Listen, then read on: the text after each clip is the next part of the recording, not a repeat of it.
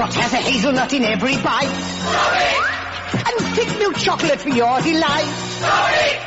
Nougat and caramel, golden light. Sorry. And don't forget the hazelnut in every bite. And again. What has a hazelnut in every bite? Sorry. Thick milk chocolate for your delight. Sorry. Nougat and caramel, golden light. And don't forget the hazelnut in every bite. Sorry. A hazelnut in every bite. This is the 1940s radio channel from the Rocket Classic Radio Network. Frontier Town, the saga of the Roaring West.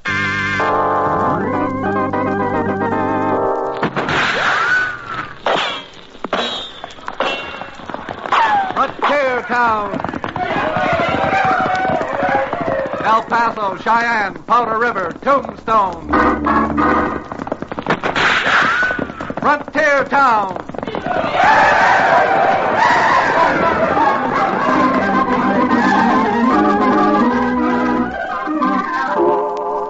Here is the adventurous story of the early West, the tamed and the untamed. From the Pecos to Powder River, Dodge City to Poker Flat. These are the towns they fought to live in and lived to fight for. Teeming crucibles of pioneer freedom. Frontier Town!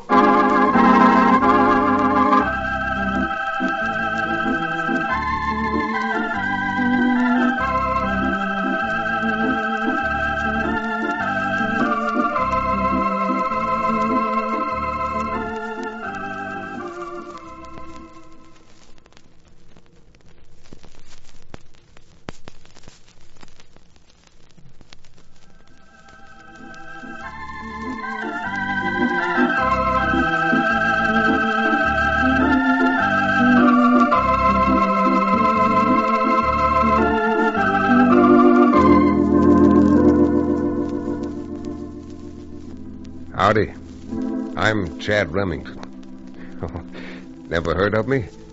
Well, a lot of folks have never even heard of the town I come from. Dos Rios. Means two rivers. And if Dos Rios sounds peaceful, well, it's no more peaceful than any other frontier town. Good folks and bad, God-fearing and evil. I know, because not only am I a rancher, but I'm also the town's only lawyer.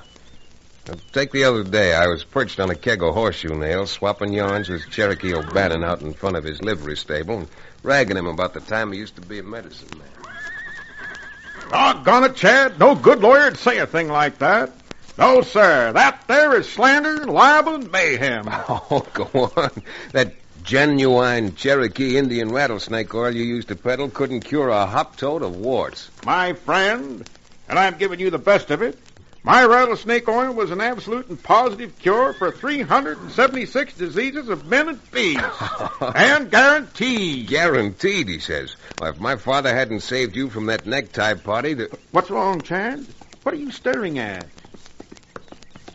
That rider heading this way, you notice how he slumped over in the saddle? Tan my hide and call me Buckskin. What do you think's wrong with him? If I'm any good at guessing, he's been shot. Come on.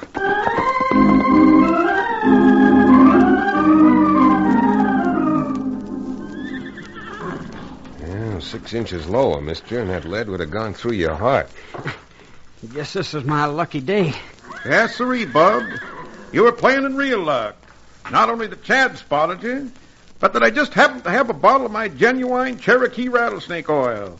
Here, take another little swallow. Oh, no, wait a minute, Cherokee. It was all right pouring it down his mouth when he fainted, but no conscious man's going to drink that stuff. I'll have you know it's very tasty stuff. Besides, I wasn't going to charge him for it, Chad. I'll say you weren't. Not with me here. Oh, what was that you were saying outside about filing for a piece of land? Yeah, that's why I rode over here to the county seat. You see, I've been prospecting over at Big Strike. Uh-huh. Struck a fine, rich claim. But I guess Rocky Carew found out about my strike, too. Rocky Carew? Now, who would all get out as Rocky Carew? Not only don't we know who this Mr. Carew is, but we don't even know your name. Maybe we better start from the beginning. This is Cherokee O'Bannon, and my handle's Chad Remington. I'm supposed to be sort of a lawyer. A lawyer? Gosh, then maybe I am lucky. My name is Ford, Todd Ford. Mm-hmm. And if you can help me straighten this out and get my claim filed, I'll pay you any fee you want. I'd be more than glad to help you, Todd, but I'm not that hard up for fees. Who's this fellow Carew you mentioned? A black-hearted buzzard who moved into Big Strike about a month after they struck gold. I see. He claims to be a miner. The only thing I've ever seen him do is hang around the town saloon, the Bonanza Bar, spending money and living like a lord. Well, you can't knock that to me. That Carew character sounds like he's plenty smart. I'll say he's smart. Never working, never prospecting. But he owns 6 or 7 of the richest claims over there. It's mighty funny the way certain prospectors have either vanished or have been found with their toes pointing up in the air. I thought we'd seen the last of claim jumpers. You think Carew's responsible for that bandage we just put on your shoulder? Of course. Why, it's as plain as the nose on my face, and just about as red. It's an open and shut case. Cherokee, you stick to your doctor and leave the law business to me. Well, how about it, Todd? Do you think Carew tried to bushwhack you? Carew or one of his gunslingers. Why, I'll mow him down. I'll drill him so full of holes that when he stoops over, he'll wheeze like an accordion. I'll fill him Now, so just full a of... minute, Cherokee. You may get your chance later. But not till we first try to settle this under the few processes of law that we enjoy out here. First thing I suggest doing, if Todd's able to walk, is to escort him down the street to the recorder's office and doggone well file his claim.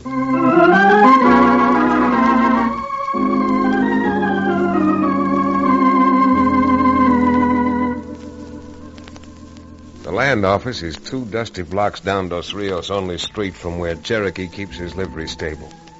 With Todd Ford's shoulder bandage, we walked slowly past the familiar stores with the false fronts, the half-dozen saloons, which even in the early afternoon were going full blast.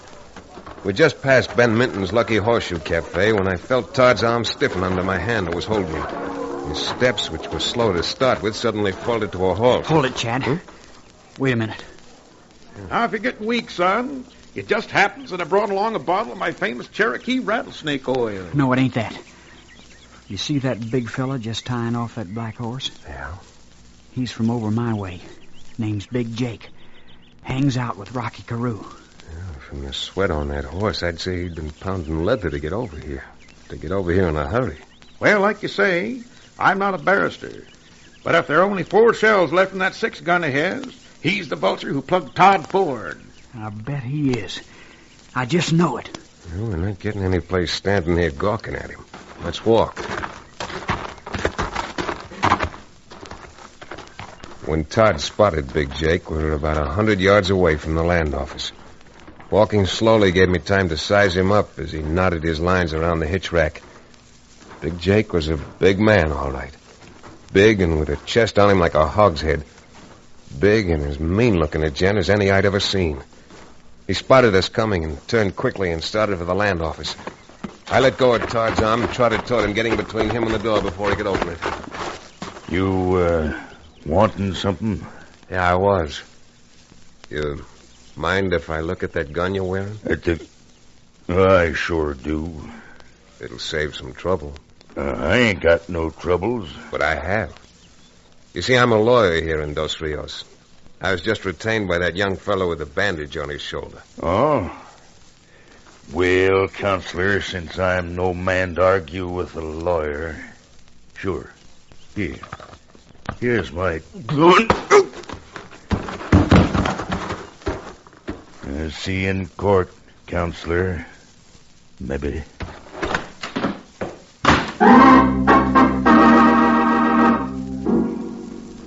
Like I said, Jake was a big man.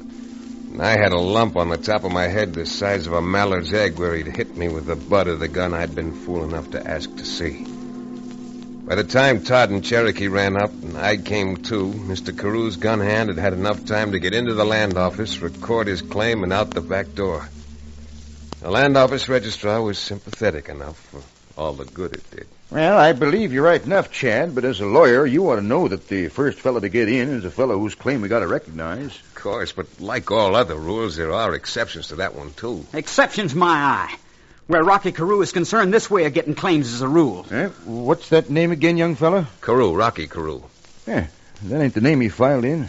It's the name of, wait a minute, let me see here. Yeah, the claim's filed in the name, Jake Hunbright. Sure, that's his name. Big Jake Hunbright.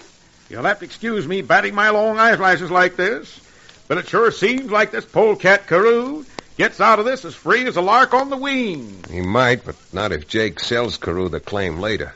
That's legal, good and legal. Well, if that's legal, and Cherokee's right, Carew gets out scot-free. Carew gets out scot-free if and providing we're unable to prove that he hired Jake to dry gulch you on the way over from Big Strike and instructed him to file on the claim you discovered. And that, believe me, ain't going to prove easy. No, sir, it ain't going to prove easy at all. Yeah, you're right about that. Since we can't prove anything here in Dos Rios, I think we'd better be Chad, I sure appreciate you wanting to help. But I reckon it's just a waste of time. I guess mine is just another claim Carew and his gang got the jump on. No, my interest in this isn't entirely unselfish now. When Big Jake clubbed me with his gun, he didn't raise just a bump on my head. He brought out my bump of curiosity. Now, come on, we're going back over to the livery stable and pounding up dust on the trail to Big Strike.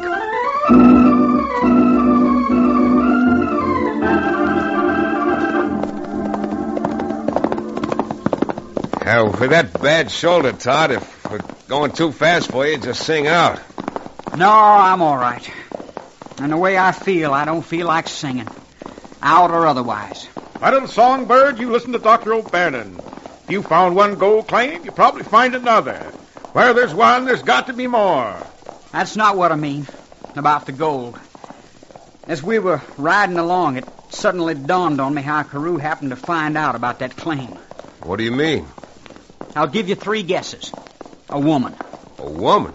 Yeah. And I thought she was on the square with me. Live and learn. Live and learn, I always say. You always say something, Cherokee. Who is she, Todd? The only reason I ask is it just might help in cleaning this up. Her name's Althea. Uh-huh. Thea's what I call her, and she works over in Big Strike. Oh. I guess you'd call her an entertainer. It works in the Bonanza Bar, place where Carew hangs out. When the good Lord made this world, he made 97 kinds of poison. 96 of them can absolutely be cured by my genuine Cherokee Indian rattlesnake oil. But the 97th is the one poison that no one has ever found a cure for. And that's female women. I'll grub stake you on that one, Cherokee. Were you in love with this Althea? If I was, it's over. But I'll bet what poke I've got left, the only reason she played up to me at all was to tip off Carew. Well, one of the things a lawyer is forced to handle from time to time is misunderstandings between men and women. A good lawyer tries to prevent divorce. Suppose we just let the whole thing drop. Fair enough. Suppose we rattle up these ponies, huh? The sun's starting to set. It's going to be dark by the time we get to Big Strike.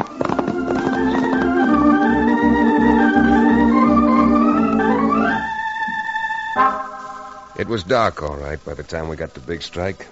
But the lights from the Bonanza Bar slanted out over the bat-wing doors and stabbed through the gloom like smoky yellow sabers. Inside, we stood by the doors, blinking in the unaccustomed light while Todd Ford tried to pick out Carew for me. But before he was able, a small figure in a stiff spangled skirt pushed through the crowd and ran up to Todd. Oh, Todd! Todd! Oh, Todd! Todd, I'm so glad you... Oh, what's the matter? What happened, Todd? Your shoulder's bandaged. Don't look so surprised. Or maybe you are surprised because he missed. Because he missed? I'm not aiming to intrude, but Todd's had a couple of shocks today. I'll say I have. And one I'm not forgetting either. Todd, what's the matter? You're looking at me as if you never saw me before. I don't know about that. But I never want to see you again. That much I'm sure of. Miss, if you leave Todd alone right now, I think that by tomorrow... That's him. That's Carew walking this way now. So that's Carew. It looks more like a rattlesnake on legs. Althea, come on over to my table and I'll buy you a... Well, what happened to you, Ford? Get mixed up in a gun scrape? If he did, it was a little one-sided. I beg your pardon. I don't believe we've met. And we have now. I'm Chad Remington, lawyer from Dos Rios. I rode all the way over here just to talk to you, Mr. Carew. I don't need a lawyer. Well, that, my friend, is a matter of opinion. However, as far as you're concerned, in this particular action, my services have already been spoken for by Mr. Ford. From the way he looks, he don't need a lawyer. He needs a bodyguard. Now, you probably know more about that than I do. All I can tell you is we Got a few laws in this state to protect honest men from claim jumpers. Remington, if I were in your boots, I'd turn them around toward the door and I'd walk out. And I wouldn't stop until I was back in Dos Rios. By that loudmouth, hypocritical... Cherokee, Todd, no. In this case, I think his advice is pretty good. Come on. Todd, please. You can't go without explaining what's happened. Get your dirty little hands off Oh, of me. no. Okay, Chad, let's go. Todd.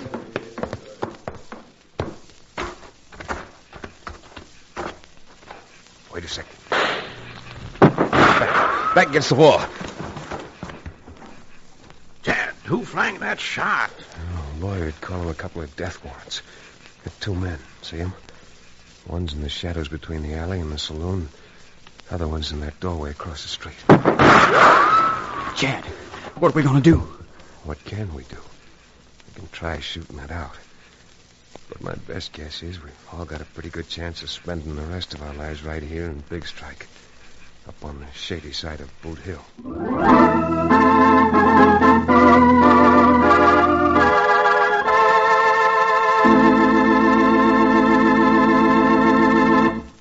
We'll return to the stirring climax of Frontier Town in just about 1 minute.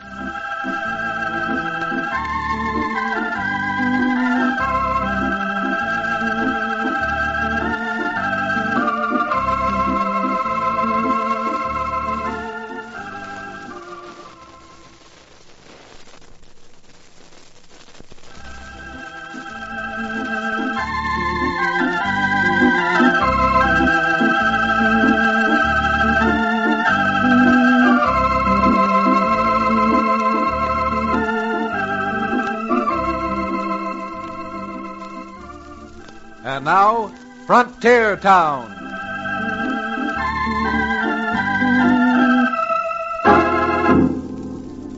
Well, the night wasn't cold, but with those gunmen blocking our paths, I don't mind admitting I was frozen. Frozen stiff. We moved a scant few inches. The lights from the Bonanza bar behind us would make us perfect targets. I could almost hear Cherokee's knuckles as his fingers closed over his gun butt. Todd Ford drew his. Finally, I drew mine. Can you move a few inches there, Chad? This hog leg of mine kicks like an overgrown Missouri mule. The first one of us who moves gets killed. We just can't stand here. Now, take it easy, kid. The longer we make them wait, the more nervous they're... What's the matter? Someone's coming. Coming from behind us. I told you what I'd do, Remington, if I were in your boots. But I figured maybe you needed a little lesson. Rocky, what are you doing here? I didn't think I'd have to tell you again. But I just came out to make sure you knew what would happen to the 3 of you if you thought you might want to hang around Big Strike talking about claim jumpers. Carew, your demonstration's even more convincing than my friend here used to give selling his rattlesnake oil. Thanks. But on the other hand, I never bought any of Cherokee's rattlesnake oil. That's for you to decide. All I have to do now is walk back inside the saloon. A couple of seconds later, you'll be dead. Awful dead. Go on, then. Go on back to Thea. Let's leave Thea out of this, Todd. No, let's talk about her. She's pretty, well put together, and I imagine she's got a very affectionate nature. Why, you, Todd, keep that gun down there. Yeah. So, you're a gentleman and a lawyer, huh? Well, I'll tell you what I'll do, Remington. Since you rode all the way over here from Dos Rios, your horses are properly beat. You're safe in Big Strike until tomorrow. But I don't expect to see you here after the sun sets. That's a very gracious offer, Carew. I'm accepting it. Good. Okay, boys, let 'em through. Good night, gentlemen. Oh, and Todd, I'll be sure to tell Thea just how much you think of her.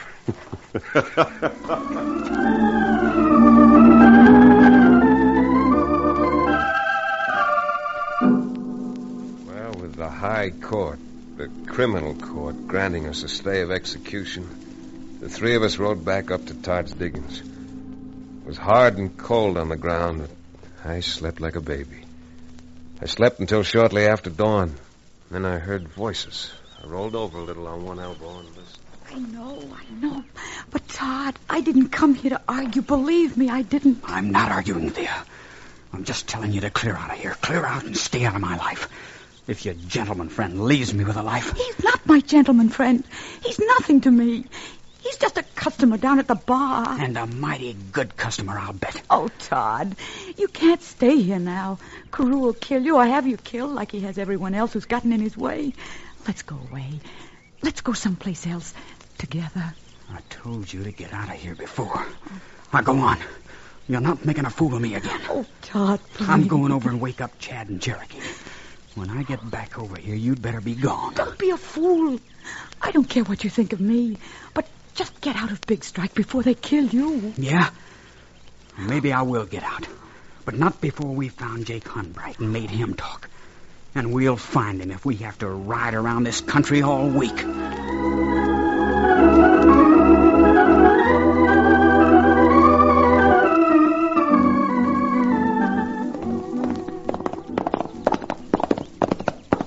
How long are we going to ride around looking for Big Jake? I'm so saddle sore now, my legs feel like I've been playing a second-hand cello. Well, cello or not, if we ever find Jake, what we've got to say to him isn't going to make music. Chad! Yeah? Just riding through them Quakies. That's Jake now. Darting into that grove of trees, he must have spotted us. Yeah, we better knock on these... The shots came right from those aspens. Yeah, right where Big Jake rode. Come on.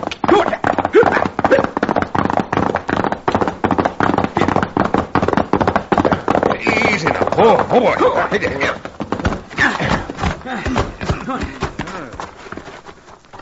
Yeah, Cherokee, come on. Help me turn him over. You bet. That's Big Jake. I hate to correct you, Todd, but that was Big Jake. 3 of those 4 shots went plumb through him. From the angles of the shots, they must have had him surrounded. Just like they did us last night. Well, Counselor, there goes your case. Higher than a kite. Maybe. Huh? What do you mean, maybe? With Jake dead, you'll never prove nothing. And for my part, I think I'm taking Carew's advice and moving on. Now, wait. There's no doubt in my mind that Carew got Jake for fear that we might get to him first. But how he knew what we were up to is beyond me. It ain't beyond me. His girlfriend wormed it out of me for him. You'd make a pretty poor judge, Todd. You'd have everyone convicted before they ever got into court. Well, how in tarnation would Carew have found out that we were looking well, for let's Jake? find that out when the time comes. But now let's find out what we can right here. Billy Blue Blazes, you believe in ghosts or something, Chad? What are you going to find out from a dead man? I don't know. Yet. But we may find out enough not only to get back Todd's claim, but to have Carew swinging from a gallows for murder.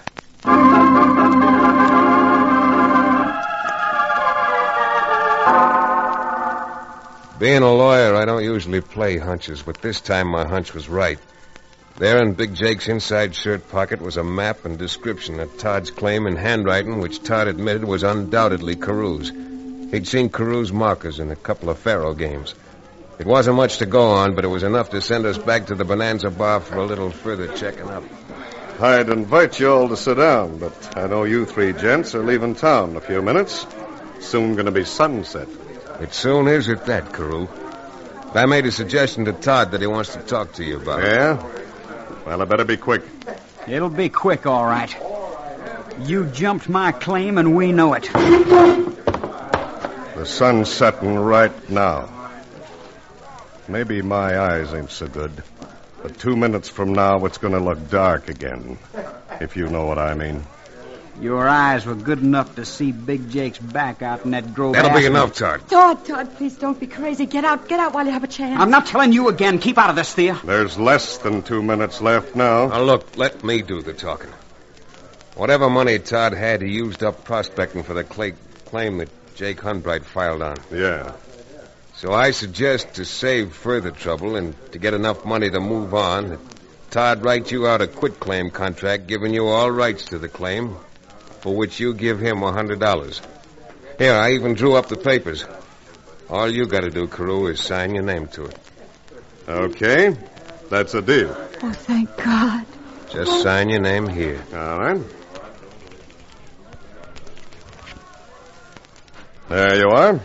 Now I'll get you the 100. Never mind 100 now. This paper's all we want. What?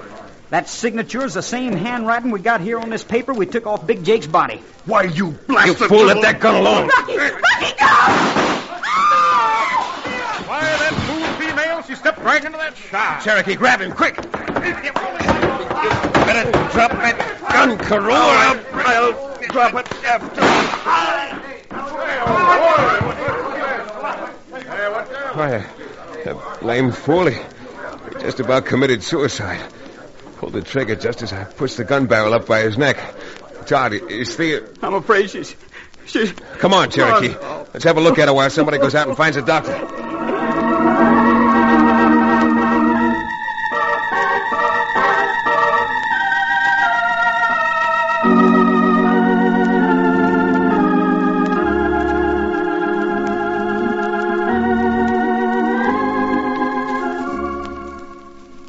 Well, Todd, not only have Cherokee and I got business back in Dos Rios, but I guess we're a little awkward in a lady's bedroom. Oh, this won't be a lady's bedroom for long. My little pigeon, I'm afraid you're going to have to explain that, even to me. I just mean that as soon as the doctor says I'm able, this lady's bedroom's going to be out at Todd's diggings. Well, they say that marriages are made in heaven. Yours certainly comes as close to proving it as any. Sawbones told me that if Carew's shot that Thea stopped had been a half-inch further to the left, that, well... Well, even my Cherokee Indian rattlesnake oil couldn't have done any good for her. Now, don't forget, you two. Cherokee and I are expecting a piece of the wedding cake to put under our pillows. Yes, indeed. Yes, indeed. Ah, those pleasant dreams. Wedding cake, bottle of good old Kentucky bourbon under my pillow. And let this be a lesson to you, Todd. The most important thing that glitters doesn't have to be a nugget. It's usually a woman with a heart of gold.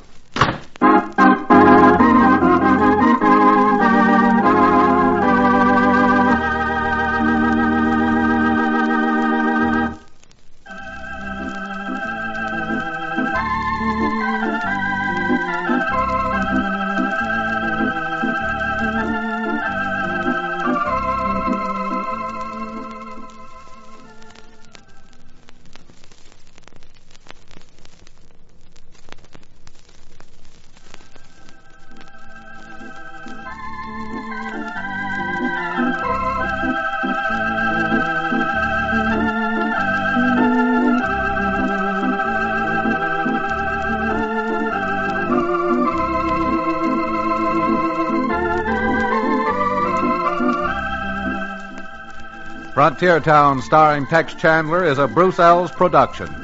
Story and supervision by Joel Murcott. Direction by Paul Franklin. Music written and played by Ivan Ditmars. Be sure to be with us again this time 1 week from today for another fine action-adventure story with your favorite young Western star, Tex Chandler. Frontier Town came to you from Hollywood.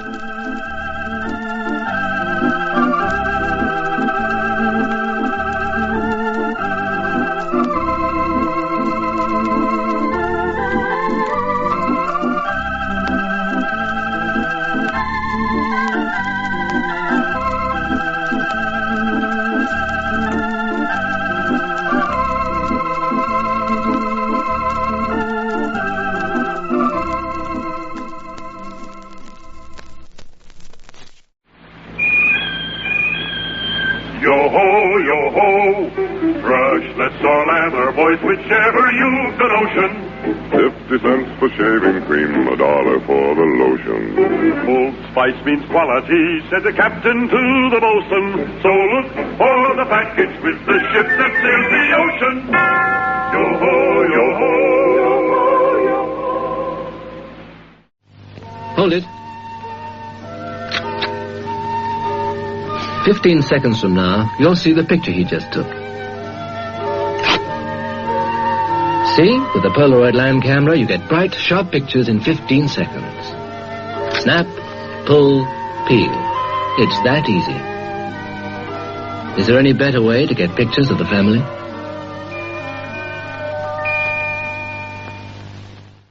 Compare Square Deal's Surf with any other leading detergent and see how much more powder you get. Buy Square Deal Surf and get 18% more powder. 18% more whitewashing. You're listening to 1940s Radio on the Rocket Classic Radio Network.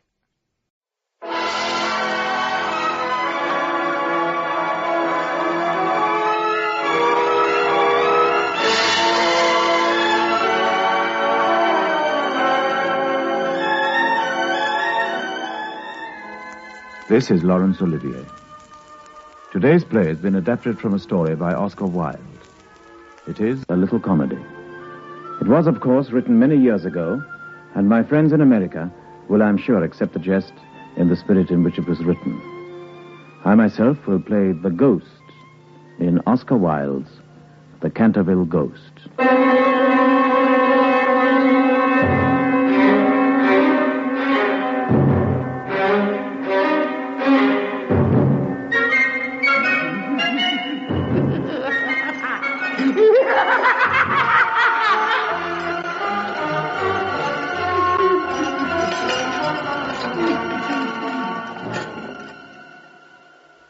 Allow me to introduce myself. I am the Canterville Ghost, the ghost of Sir Simon de Canterville, who murdered his wife, the Lady Eleanor de Canterville, here, in this very room, close on 400 years ago. Through 13 English reigns, I had haunted the halls and corridors of Canterville Chase, and from generation to generation I had struck terror into the hearts of the English nobility. Lords had been driven out of their minds by me. Ladies had died of fright. My career had been brilliant and uninterrupted. At last, I had been almost too successful. No more tenants for Canterville Chase could be found. I had only the housekeeper to frighten. And then, one day... About that. Did you hear that, Mama? 300 years before Columbus. Hey, you sure have plenty of history over here in the old country. You sure have to lay on plenty of plumbing. Yes, I guess that's right, too. Now, well, sir, this is just the sort of place I've been looking for, plumbing or no plumbing. Now, we'll take it. Well, Mr. Otis, there is just one thing. Mm-hmm. It's only fair to warn you about it. I mean the Canterville Ghost. What? You mean you have a ghost as well? Yes, I'm afraid so. Well... My grand aunt, the Dowager Duchess of Bolton, was frightened into a fit by it as she was dressing for dinner. 2 skeleton hands on her shoulders as she was dressing for dinner.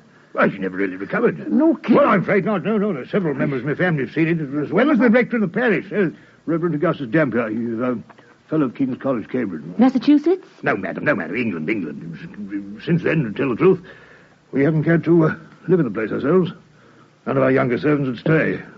There are mysterious noises in the corridors and here in the library. Mrs. Umney here will bear me out. Horrible noises, sir, groans, and horrible ghostly laughter. Well, Lord Canterville, I'll take the furniture and the ghost and a valuation, eh? Now, I come from a modern country where we have everything that money can buy, and I reckon that if there were such a thing as a genuine ghost in Europe, we'd have it at home in one of our public museums, or in a roadshow by now, yes. Well, I fear that the ghost exists, Mr. Otis. It's been well known for centuries, since 1584, in fact. It always makes its appearance before the death of a member of the family. Well, so does the family doctor, for that matter. But, sir, there's no such thing as a ghost. And I guess the laws of nature are not going to be suspended for the British aristocracy. Lord's sake, what was that, Hiram? Oh, one of the kids, Mama, trying to throw a scare in you. They're out back there in the lobby, I guess. Oh, right here, Pop. We didn't do nothing honest, Pop. Eh? Well, you're not scaring me any, son.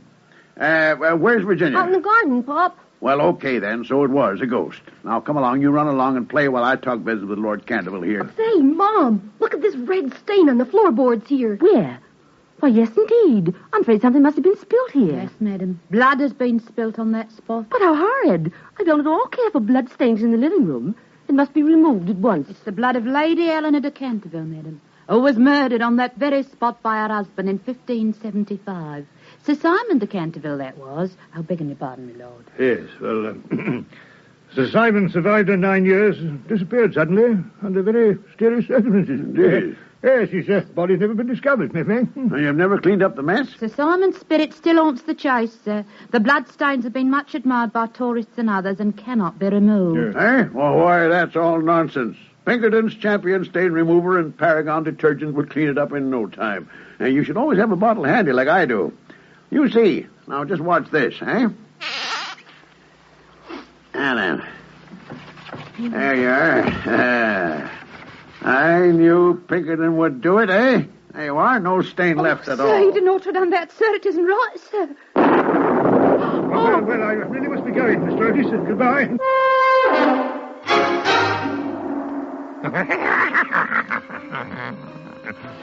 Yes, Canterville Chase had some new tenants at last. And as the Americans would say, my business was looking up again. All my greatest successes came back to me again. The Dowager Duchess, Madame de Tremouillac, who had seen me reading her diary by the firelight. The beautiful Lady Stutfield, who wore a black velvet band round her throat to hide the burning mark of my skeleton fingers. She drowned herself at last in the carp pond at the end of the King's Walk. Oh, yes, indeed. New tenants were here, and every morning I had a surprise for them. Hey, Pop, that stain's back on the floor again, Pop, just like it's been every morning. Eh? Well, son, that's mighty queer. Mighty queer. Darn it, you know, I've locked this room every night. And every morning the stain's back there on the floor, just like we never rubbed it out each time. You know something, Pop? It's a different color again. Eh? Why, now that's queer, too, son. First dark red, then scarlet, then sort of purple. See what it is today, Pop? It's bright green. For heaven's sake, who ever heard of green blood? Well, that's right, Mom. This is getting monotonous. Well, it's lucky we still have a lot more bottles of Pinkertons. So here we go again.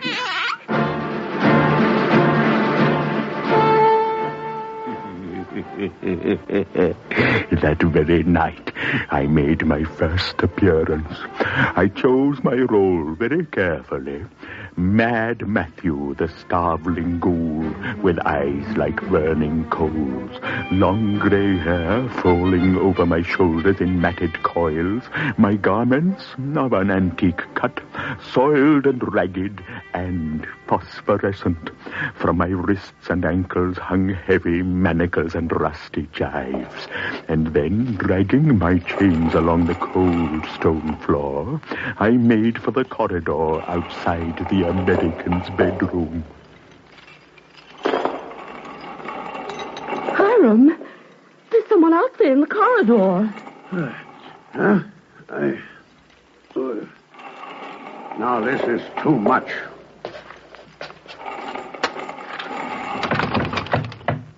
Now, see here. Look, my dear sir. Those chains of yours are making a terrible noise, and it's past 1 o'clock. Mrs. Otis and I can't get any sleep. Now, I really must insist on your oiling them. Now, look here, I brought you for that purpose a small bottle of the Tammany Rising Sun Lubricator. Now, it's said to be completely efficacious upon one application, and there are several testimonials to that effect on the wrapper from some of our most eminent native divines. Now, I'll leave it here for you by the bedroom candles, and I'll be happy to supply you with more should you require it. Now, good night, sir.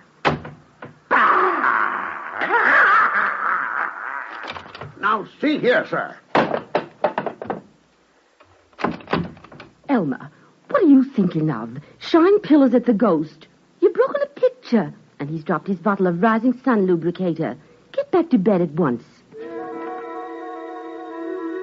Oh, never in 300 years had I been so grossly insulted.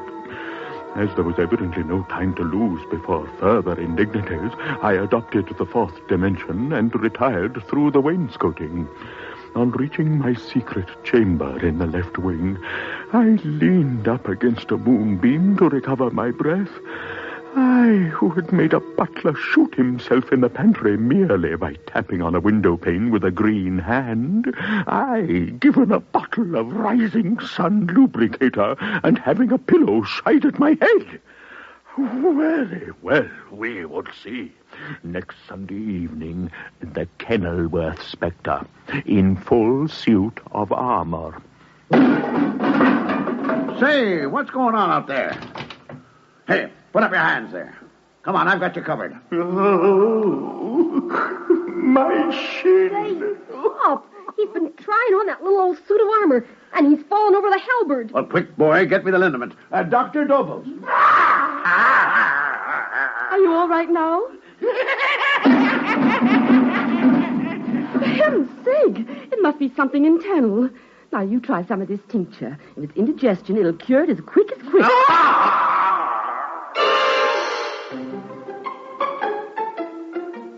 On reaching my room, I entirely broke down and became a prey to the most violent agitation. The vulgarity of these Americans, their utter materialism, was almost more than I could bear. I had hoped that even modern Americans would have been affected by a spectre in armor, if only out of respect for their national poet Longfellow, which I myself had the highest respect for. If only I hadn't fallen over. Well, I would terrify them before I'd finished. I would make them run screaming before me on the one night of the year when they must be afraid of ghosts, on Halloween. Elmer? What have you been doing all this afternoon? Nothing, Virginia. Why? You've been up to something. I know. Honest, Virginia, I didn't do anything. Well, all right then. Come on down to the kitchen. Mom has a big pail of Halloween apples for us to bob for. Okay, I'm coming. This Halloween, they will see a sight that would freeze the blood in their veins. A green, ice-cold corpse that crawled before them with white bleached bones and one rolling eyeball. I was to play my favorite role, Dumb Daniel, or the suicide skeleton. Making my way silently down the corridor, I followed them towards the stairs. No, they would expect me to appear at the head of the stairs. This way, then, around this corner, where... It's a ghost! What's the matter? What is it? Well, I'll be doggone. Look at that. Did you rig this up, son? Yeah, Pop. Well, now that's mighty smart. A real Halloween ghost of your own, eh? Sure, Pop. A Sure pumpkin thing. head with a candle in it and a bed quilt on a broomstick. Well, what do you know? What's this notice say here? Read it, Ye Pop. oldie Otis ghosty. Yeah, Ye yeah. only true and originally spook. Well, now that's mighty smart work, son. Well, it sure scared the pants off the Canterville ghost, Pop. I guess you can say that again, son. He sure did yell, didn't he?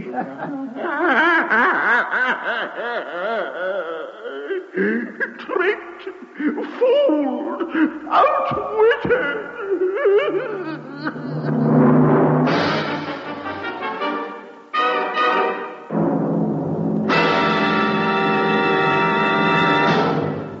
In a moment, we continue Theatre Royal with Sir Laurence Olivier. We'd like to remind you of the great listening entertainment in store tomorrow on NBC. When the noted Italian maestro Guido Contelli leads the world-famous NBC Symphony in another brilliant concert from Carnegie Hall. The famed conductor offers the works of Handel and Schubert, featuring the latter's Symphony No. 7 in C major.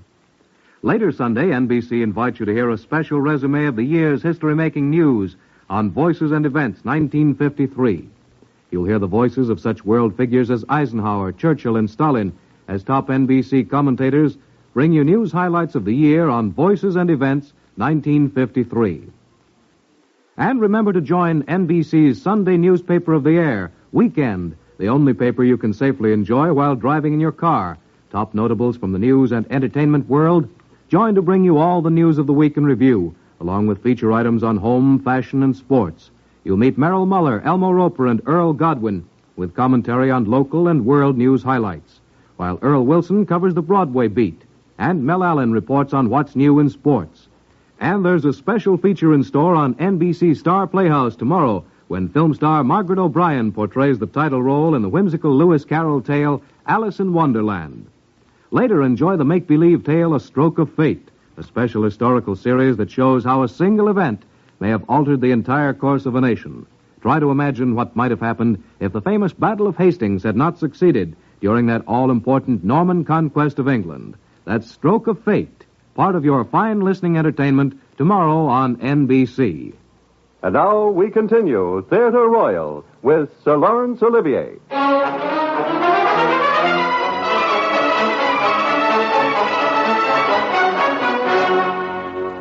On the day of All Hallows, I must admit that I was very weak and tired. The terrible excitement of the last 4 weeks was beginning to have its effect. My nerves were completely shattered, and I started at the slightest noise. For 5 days I kept to my room, and at last made up my mind to give way over the bloodstain on the library floor. If the Otis family did not want it, they clearly did not deserve it. The question of my appearances was another matter, and really not under my control. As I saw it, it was my solemn duty to appear in the corridors once a week, and to gibber from the large oriel window on the first and third Wednesday in every month. I could not honorably escape from the obligations. I determined on one last fling.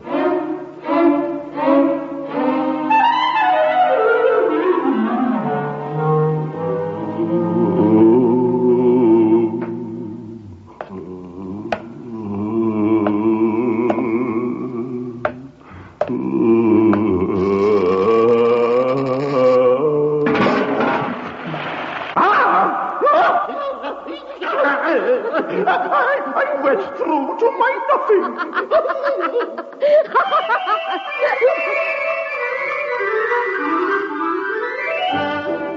This was becoming intolerable. Wishing to make an effective entrance, I had flung the wretched child's bedroom door wide open, when a heavy jug of water fell down on me, drenching me till my teeth chattered, or would have done if I had been wearing them. Luckily, I had not brought my head with me, or the consequences might have been very serious. As it was, I suffered a severe shock to my nervous system, and was laid up for the next few days with a very bad cold. That poor ghost. It's gotten an awful cold. He sure has, Bob. I think you're downright mean, Elmer, fixing booby traps on the bedroom door. That's right, Virginia. Just think if I'd been the one the water fell on. His mum's got something there, Elmer. Yes, Pop. Well, I'm going right upstairs and leave her the bottle of Dr. Swedrick's Ever-Ready Cold Cure before we've all gone and caught it.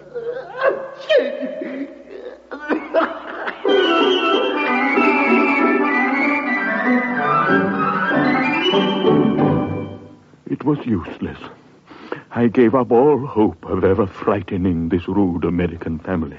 From then on, I had to content myself with creeping about the passage in borrowed slippers with a muffler round my throat on account of the drafts. I also thought it advisable to carry a small arquebus in case I should be attacked by the boy. Many a time, as I happened to know, he lay in wait for me, the corridors and stairs bestrewn with nutshells. But in deference to my self-respect, I positively refused to appear. At last, when I did appear or materialize, I took good care to do so in private, merely to stretch my legs, as I did one sunny morning in the tapestry chamber. Poor Mr. Ghost. Sir Simon. You look so sad. Who wouldn't be a little depressed the way I have been treated? I know. But my young brother, that's Elmer, he's going to school soon, to Eton. To Eton? But that's my old school. Well, he's going anyhow, and then nobody will bother you. If you behave yourself. It is absurd asking me to behave myself, quite absurd. After all, I am the Canterville ghost. I must rattle my chains occasionally and groan through keyholes and walk about at night, if that's what you mean. It's my only reason for existing at all. It's no reason at all for existing, and you know you've been very wicked. Mrs. Umney told us the first day we arrived here that you had killed your wife. That I admit. It was purely a family matter and concerned no one else. But it's very wrong to kill anyone. You know it is. Oh, how I hate the cheap severity of abstract ethics. My wife was very plain, never had my ruffs properly starched, and knew nothing about cookery. Why, there was a buck I had shot in Hogley Woods, a magnificent pricket, and you know how she sent it up to table? Oh, well, it doesn't matter now, I suppose. It's all over. And I don't think it was very nice of her brothers to starve me to death, even though I did kill her. Starve you to death? Yes. Oh, Mr. Ghost, Sir Simon, are you hungry? Is that why you groan so much? Oh, no. Look, I have a sandwich in my case. Would you like it? No, thank you. I never eat anything now. It is very kind of you, all the same.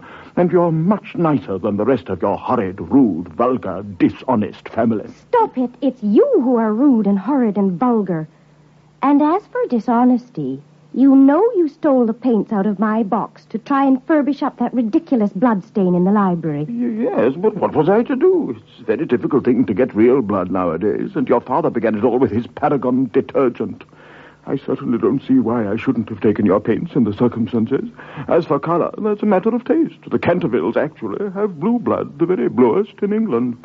Of course, I know you Americans don't care for things of that kind. You know nothing about it. And the best thing you can do is to emigrate and improve your mind. Emigrate? What? To America? Yes. Don't think I should like America. Really, I don't. I suppose because we have no ruins and no curiosities. No curiosities? You have your manners. Good evening. I will go and call my brother. No, please don't go, Miss Virginia. I'm so lonely and so unhappy. And I really don't know what to do. I want to go to sleep, but I can't. That's quite absurd. You've merely to go to bed and blow out the candle. It is very difficult sometimes to keep awake, especially in church. But there's no difficulty at all about sleeping. Why, even babies know how to do that, and they're not very clever. I have not slept for 300 years. For 300 years I haven't slept a wink, and I'm so tired. Poor ghost. Have you no place where you can sleep? Far away beyond the pine woods, there is a little garden. There the grass grows long and deep. There are the great white stars of the hemlock flower, and the nightingale sings all night long. All night long he sings, and the cold crystal moon looks down, and the yew tree spreads out its giant arms over the sleepers. You mean the churchyard, the garden of death? Yes. Death must be so beautiful. To lie in the soft brown earth with the grasses waving above one's head and listen to silence. To have no yesterday and no tomorrow. To forget time. To forgive life. To be at peace. You can help me. You can open for me the portals of death's house. For love is always with you. And love is stronger than death is. But how? Tell me how. Have you ever read the old prophecy on the library window? Oh, often. I know it quite well. It's painted in curious black letters, and it's ever so difficult to read. There are 6 lines, aren't there? Yes. Do you remember them? I think so.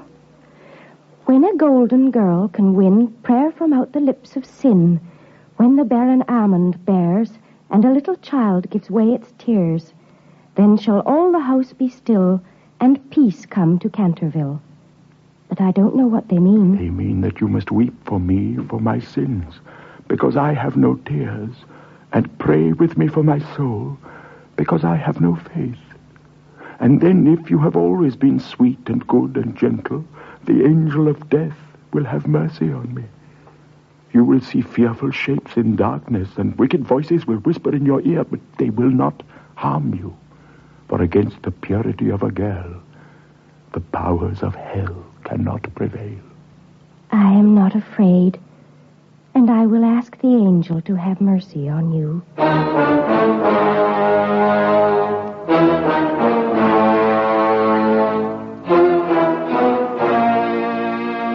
Then take my hand, Virginia. Have no fear. Come through the wainscoting with me. Quickly, quickly, or it will be too late. Can't I Calm, Sal, madam. I'm sure Miss Virginia's all right. But how can you say that? It's 11 o'clock. It's nearly 6 hours since anyone saw her. Poor little Virginia. Oh, Hiram, is there any news of her? No, Mom, I'm afraid not. We've combed every inch of the grounds. Half the village has been in to help us. We've been down to the depot. She didn't take the evening train. She's just vanished. Oh, whatever shall we do? What can have happened to her? She isn't in the carp pond, Mom. They've dragged it. Now, quiet, son. Now, don't frighten your mother. Oh. Now, the first thing in the morning, I'm going to telegraph for Scotland Yard. I'll have a posse of detectives set up to comb the entire district. Now, don't worry more than you have to, Mom. She's probably just got lost in the woods picking flowers or something like that. Well, there goes midnight. I guess we'll just have to turn in for the night. No use our sitting up any longer. Come along, honey. Now, don't cry.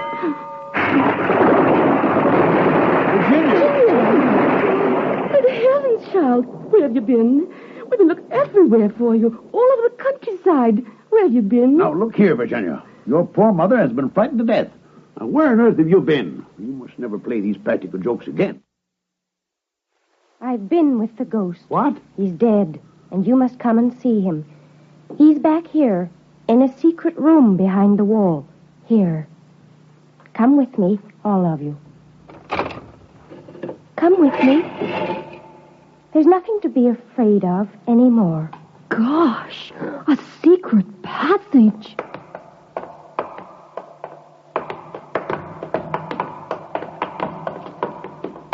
There is the ghost, or rather, there is his body, where he died 300 years ago. Gosh, a skeleton chained to the wall. This is where his brothers-in-law starved him to death because he had been very wicked and murdered their sister. But he was very sorry for what he had done, and after he lay down, I stayed with him till he fell asleep at last. And he left me this box of beautiful jewels before he finally died. Well, what do you know? Those must be worth 10 grand. I prayed for him like he begged me to do. Poor Sir Simon. Poor, poor ghost. Hey, Pop, look out of this grating here. You know that withered old almond tree in the courtyard? Yeah? Well, it's all covered with blossom. I can see it quite clear in the moonlight. Then his soul is at rest. God has forgiven him.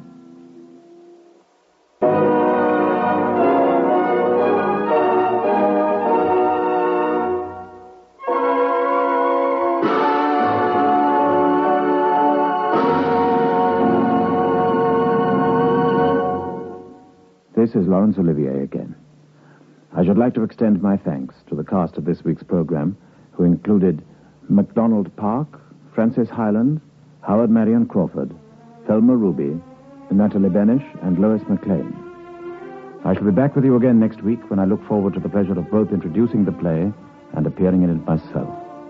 Until then, au revoir, and thank you.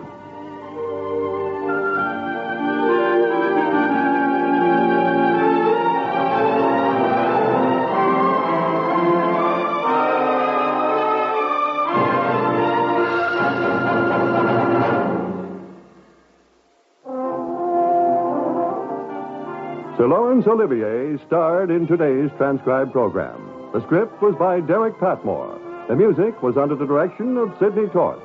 Theatre Royal is an NBC presentation, produced and directed by Harry Allen Towers. Tonight, hear Hollywood Story on the NBC Radio Network.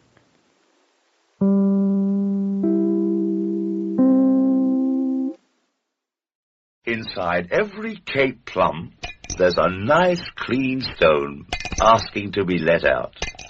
There's a very sweet sound to Cape plums when you have them for afters. Compare Square Deal Surf with any other leading detergent and see how much more powder you get. Buy Square Deal Surf and get 18% more powder. 18% more whitewashing. Hold it. 15 seconds from now, you'll see the picture he just took. See, with the Polaroid land camera, you get bright, sharp pictures in 15 seconds. Snap, pull, peel. It's that easy. Is there any better way to get pictures of the family?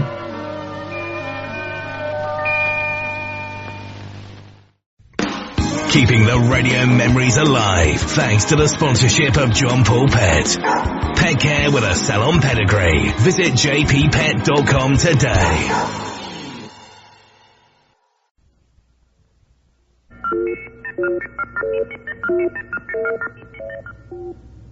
This is Monitor, and I'm Skitch Henderson here in Radio Central, and tonight we'll bring you a concert that includes some of the finest music ever written, played by the world's leading orchestras. Of course, we'll touch on other topics, too, and right now sit back and enjoy the best of Groucho. Say, Fenneman, tell us, what's tonight's secret word? Ladies and gentlemen, the secret word is book. B-O-O-K. Really? You bet your life.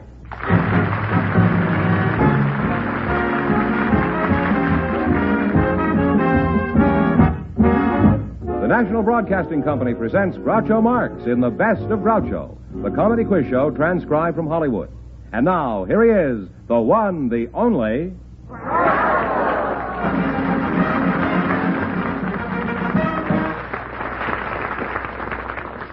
Well, here I am again with a chance for each of our couples to win up to $10,000. And if any of them say the secret word, they'll win an extra $100. And Groucho will meet our first couple in just a moment. Joe? Hey, Joe. Now, where in the world did that announcer of mine go? Hey, Joe Slattery, where in the world are you? Over here, Red. Oh, Joe, look, help me tell the folks about our Red Foley show that's on most of these stations every Saturday, huh? Why, you don't need any help, Red. Just go right ahead. Tell the folks about the way you bring a famous guest star along on every visit with our friends listening in. That's a good point, Joe. Well, just tell about the way you always answer a listener's request for one of your inspiring songs of faith and devotion. I guess it would be good to mention that, too, Joe. And what a bright and happy-humored sort of show it is. Now, you'll want to mention that for sure. That's another good point. See, Red, you didn't need any help after all. Friends, you listen for Red Foley and all the gang on the Red Foley Show, Saturdays on most of these stations. We'll be seeing you, folks.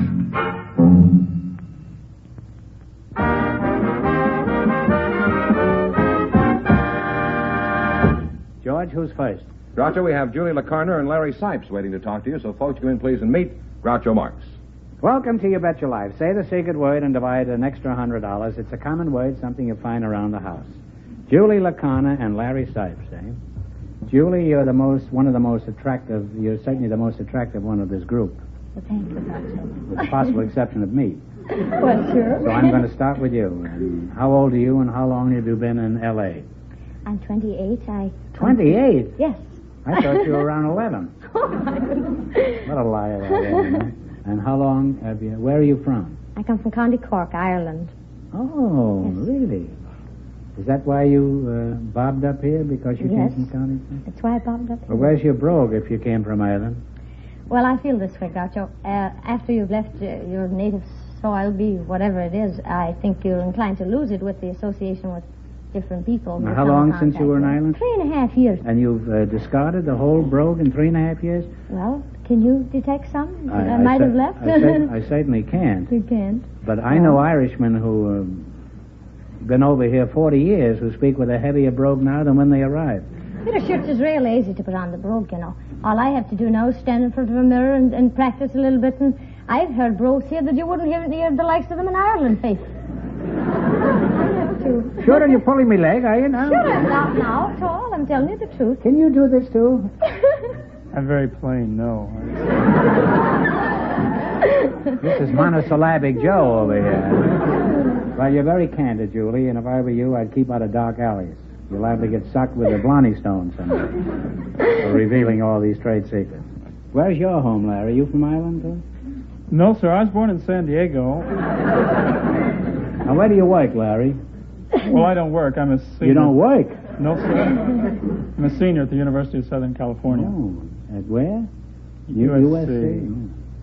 What kind of athletics are you studying at USC? No athletics. I'm a pre-law student there. You're studying law at USC? Yes, sir. It's quite surprising. I thought all they taught at USC was football.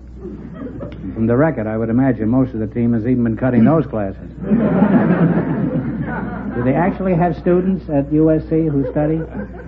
You know, Groucho, for a long time, I've been watching your show. Oh, thanks. And I've really suffered through many times with you because... Well, you're not alone, old boy.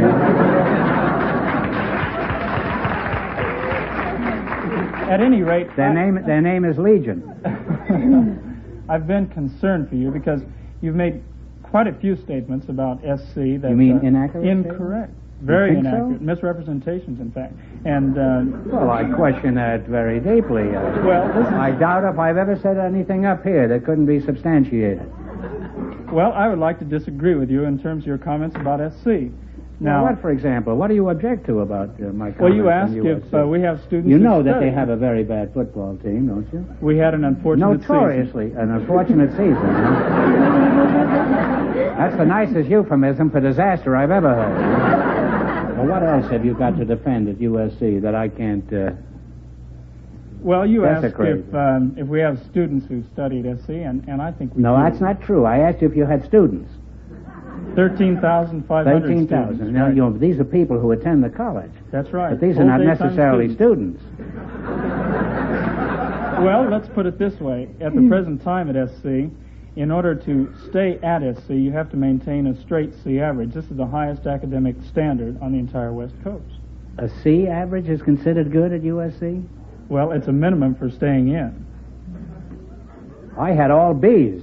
But I had them in my bonnet, not in the college. Well, Larry, you've convinced me. If I've insulted USC in the past, it was purely unintentional. What I really meant to do was insult UCLA. Now, I'm willing to admit that I don't know too much about the college curriculum, Larry, but it's my impression the colleges of today are teaching what we learned in high school in my day. Is this true? Well, I don't know. What did you learn in high school?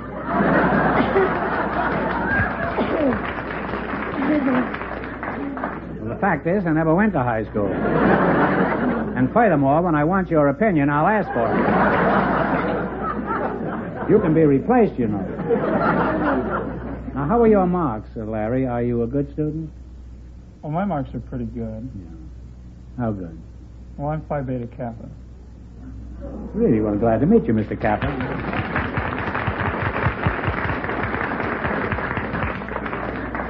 You go out for sports? I haven't had much time in college for sports. What keeps you so busy? Well, in addition to classes right now, I'm serving as student body president at SC. You're president of the student body? Yes, sir. Well, Larry, I want to apologize for all the snide and insulting things I've said about UCLA. It was SC. What's that? It was USC, sir. In that case, I retract the apology to UCLA. Now, Larry, if you're an example of the students at USC, it must be a very good school. And when the time comes to send my daughter Melinda to college, I'm sure she's going to run away from home. Probably with you. Well, you're a nice young couple, and Larry, I'm sure you're going to murder me in the quiz. Or after the quiz. So let's get started.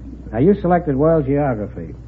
If you miss 2 in a row, we say goodbye. If you get 4 in a row right, you win $1,000. You ready? Yes. Now, in what city would you find Charing Cross? Oh,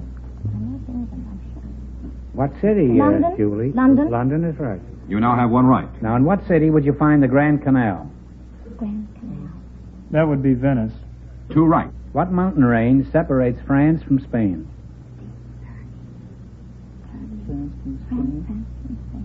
Yes, I believe it is the Pyrenees. Pyrenees is right. You now have 3 right. If you get the next one right, you'll have your $1,000. Wonderful. In what country will you find the Veldt? V-E-L-D-T. Oh, dear.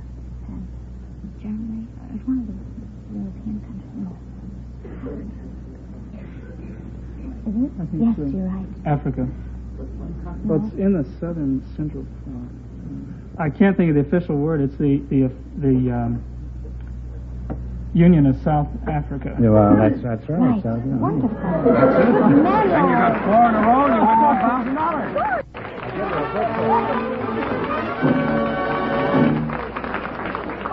$1,000. Well, you won $1,000. You can keep it and quit, or else you can come back later and try to double your money. You may even get a chance at $10,000. So go over there and sit down on his lap over there and think about it. And thanks for being on the show. Okay. Thank you, Dr. Thank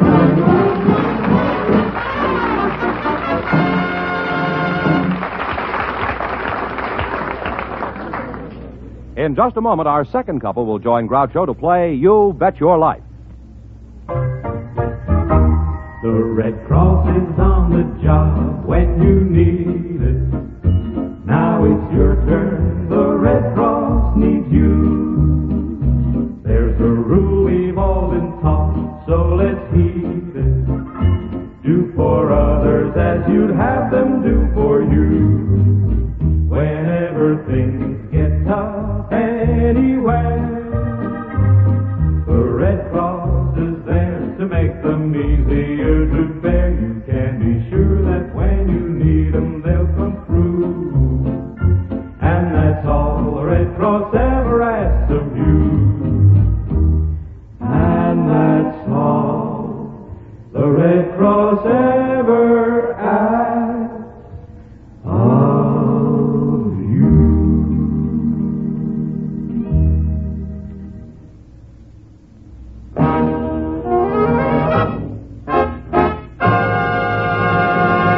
Groucho, Mary Eunice McCarthy and Jimmy Lee are standing by to talk to you. So, folks, you come in, please, and meet Groucho Marx. Welcome to You Bet Your Life. Say the secret word and divide an extra $100. It's a common word, something you find around the house. Mary McCarthy and Jimmy Lee, huh? Mary, I'll start with you. Where are you from, Mary? I was born in San Francisco, Groucho, but I spent most of my life in Southern California, particularly in San Fernando Valley. Oh. Are you a housewife, Mary, or do you have a job? No, Groucho, I'm a writer. Have you written anything that I might recognize, Mary? Because I just read the funnies. Well, I started out as a cub reporter of the San Francisco Call Bulletin, and then for years I've written for the screen and television. You might have remembered Theodora Goes Wild or The Life of Sister Kenny or some of those. Oh, did you write those? Mm-hmm. Well, put it there, kid. Those are very fine movies. Thank you.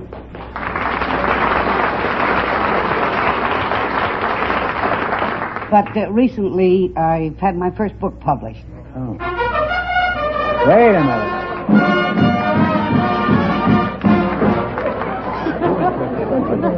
And your partner here wants $50. Thank you very much. Now then, what did you say the name of your book was? Meet Kitty. Meet Kitty? Mm-hmm. What is it about, a butcher shop? No, it's about an Irish kitty. Kitty was my mother. Well, if you could write a whole book about your mother, she must have been an interesting character. She was, just before she was married, the doctor told her that she must never have a single child, as it would be... Just twins? No. Oh, you... I don't know what you mean. Well, she mustn't have any children, in other words. Oh. It would be fatal. So she had 13 and lived to be 82. She said that she guessed God disagreed with the doctor. Now, how about your father? Is there much about him in your book? There certainly is not. Oh. I don't think he deserved much credit. You don't think the father of 13 children deserved any credit? I tell you, Mary, you take the engine out of your car and see how far you get.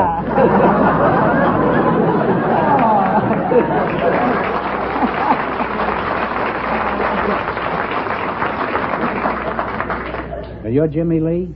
Yes, sir. How old are you, Jimmy? Well, I tell all my friends I'm 85. Apparently you haven't got many friends. You don't look that old. How old are you, actually? 39. 39, huh? Now, where were you born, Jimmy? Canton. You can't talk? Why not? You seem to talk very well. Where were you born? Canton. Canton? Canton? Oh, that's in Ohio. How long did you stay in Ohio? That was in China. Ohio is in China. Ohio is in China? That must be since the Reds moved in over there. Huh? Now, where was your father? In Shanghai? In Bakersfield.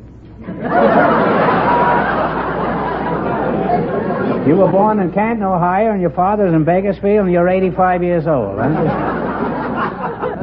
I've heard of the mysterious East, but this is fantastic. Have you got a job, Jimmy? Yes, I work in Pet Sip in Singapore Spa. What do you mean? You say you spa in Singapore? Singapore Spa. I'm a cook in Singapore Spa. Oh, you cook in the Singapore Spa? Huh? Are you married, Jimmy? Yes. Oh, you are, huh? How long you been married? 15 years. How'd you meet your wife? Well, one day I took my shirt to the Chinese laundry. That's really carrying coals to Newcastle. I meet my wife. I thought she was Japanese. She was a Japanese and she was working in a Chinese laundry? I thought she was Japanese. Now, when did you discover she was a Chinese? She's not Chinese, she's Mexican.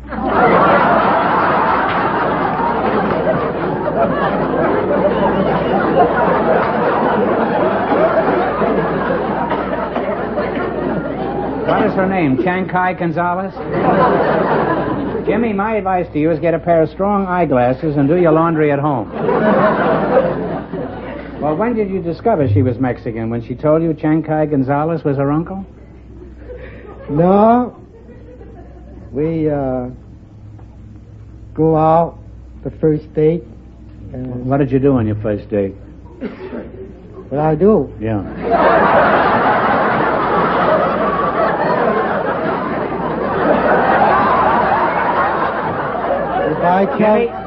Jimmy, you virtually answered the question already. Well, you're a charming couple, and I've enjoyed talking to both of you, and the time has come to play You Bet Your Life. If you miss 2 in a row, you're out. If you get 4 in a row right, you win $1,000, and the category is sports. Tommy Brennan is one of the youngest coaches in big-time football. What team does he coach? Notre Dame. You have one right. Now, how did you know that? A girl named McCarthy, huh? Pretty hard for the Terry Brennan, isn't it? Yeah. What did I say? Tommy. Tommy. Well, she knew the answer, though. And you have one right. 1935 was the last year Babe Ruth played Major League Ball. What club did he play for? Guessing. Yankees. No. Boston Braves. No. Well, now you have one wrong. Don't get the next one wrong or the game is over, you know? All right. In what sport would you lunge and parry? Dueling. That's right. Fencing and dueling. You now have one right again. You know, you should discuss it with him because he might know something, too. He told me he's not going to tell me anything. You're not doing anything there. He told me. And it has one name. Decathlon? And it has one name. Decathlon? No. No, it's pentathlon. Pentathlon. Pentathlon. You now have one wrong. Red Grange's famous coach at Illinois died in 1957. What was his name? The man who coached Illinois team and Red Grange.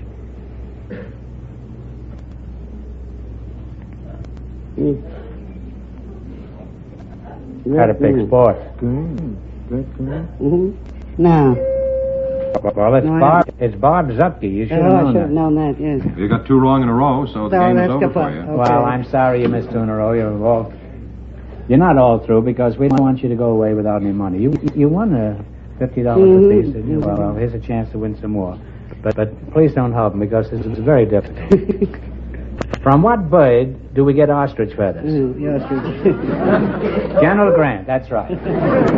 Sorry you didn't win anymore, but thanks anyway for being up here, and we were delighted to have you. You bet your life.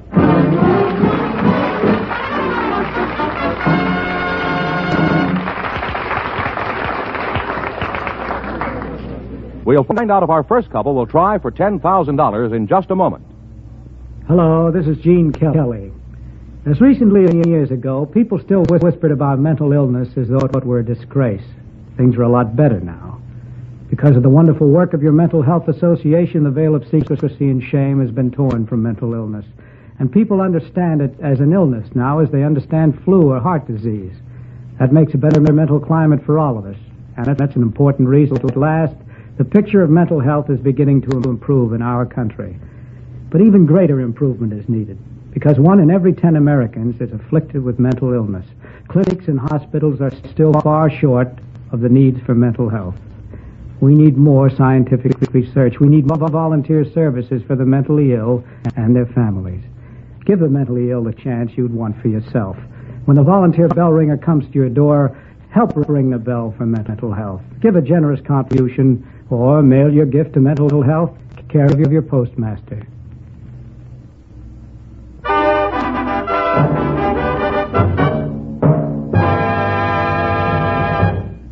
Julie LaCarner and Larry Sines, would you come out and talk to Groucho and tell him what you've decided? You won $1,000. If you decide to try for the 10 and you fail, you wind up with a total of $500. Now, what are you going to do? Well, in view of the fact that Larry is so smart, I think I'll try. You think it's fair to put all the onus on him and the Well, we'll try together. This is a typical female characteristic. It is. Now, you are going for the big money. Now, get together and pick a number from 1 to 10 and spin the wheel. If any number besides the one you pick comes up, this question is worth $2,000.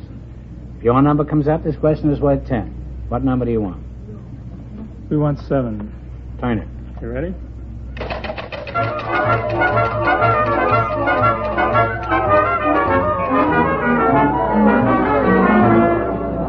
Well, you were close. Your number was 7. It came up 9. This question is worth $2,000. You ready? Yes. One of the best loved and most widely reproduced paintings in the world is the Angelus, which features 2 peasants in an attitude of prayer. For $2,000, who painted the Angelus?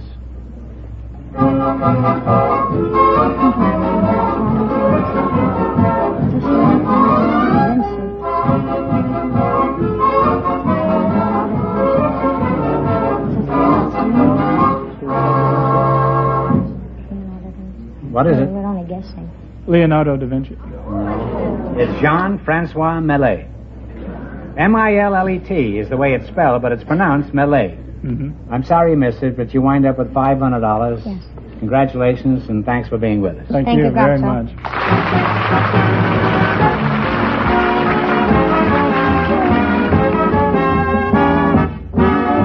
The Best of Groucho is transcribed in Hollywood, produced by John Goodell, directed by Robert Dwan and Bernie Smith, music by Jack Meakin. This is George Fenneman reminding you to tune in again next week, same time, same station, to hear the one, the only Groucho. And see The Best of Groucho on NBC TV every Thursday night. The Best of Groucho is heard by our armed forces around the world.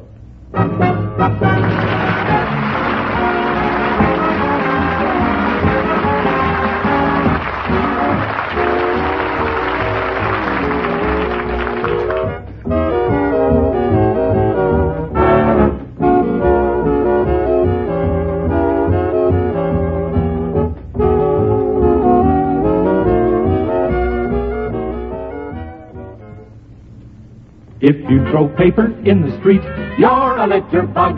If you don't keep our beaches neat, You're a litter bug. If you throw litter from your car, a litter bug is what you are. If you throw litter anywhere, street, beach, or in the air, you're a litter bug. This is Bill Holden. Let's make our roads, parks, beaches, and streets the cleanest in the world. It's up to you and me. Join the celebrities who join the music and good times on It's Network Time, tomorrow over most of these same NBC stations.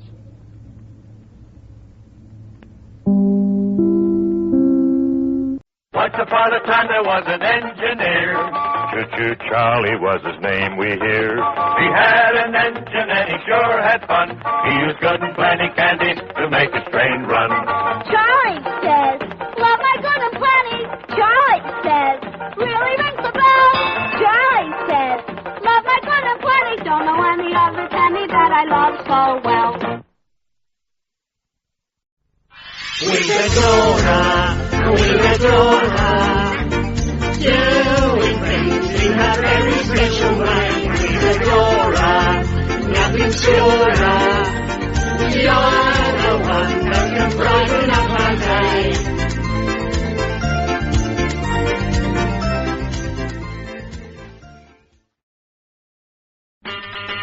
Time for a tiffin, fries tiffin, the fruit and biscuit chocolate bar. Keeping the radio memories alive thanks to the sponsorship of John Paul Pet. Pet care with a salon pedigree. Visit jppet.com today.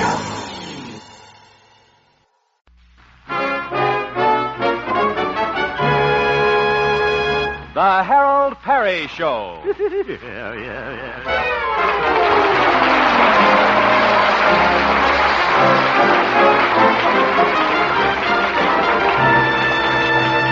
And now, Harold Perry as Honest Harold, the homemaker.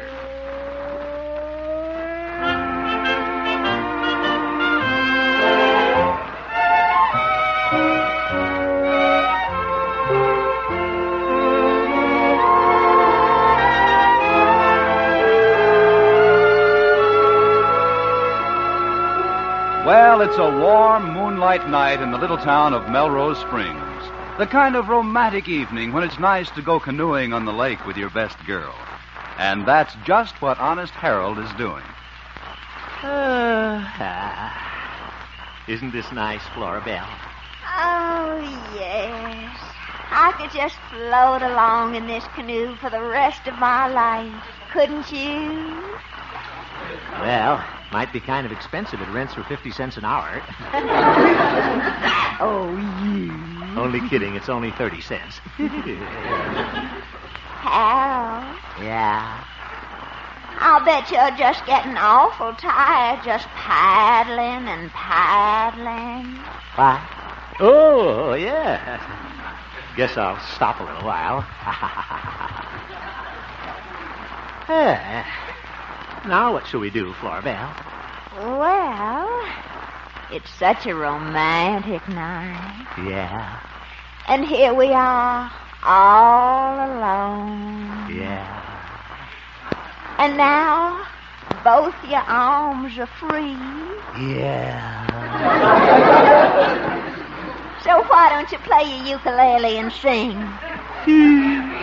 Now, come on, my cute little old troubadour. Well, all right. Why do I love you? Why do you love me? Why should there be two as happy as we? Can you see the why or wherefore I should be the one you care for? You're a lucky girl. I am lucky too. All our dreams of joy seem to come true. Maybe that's because you love me. Maybe that's why I love you.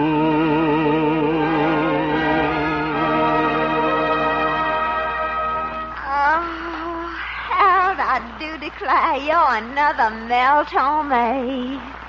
Who? You know, the Velvet Fog. Now just call me the Muslin Mist. Flora Belle, Yes. how about a little kiss? Now, Harold. You better kiss me or I'll rock the boat. Harold. Harold. Well, I can't swim. I guess I'll just have to kiss you. Hey, you really know how to kiss. I really know how to swim, too. Well, that's good. I don't. Oh, why do I love you? Why do I love you?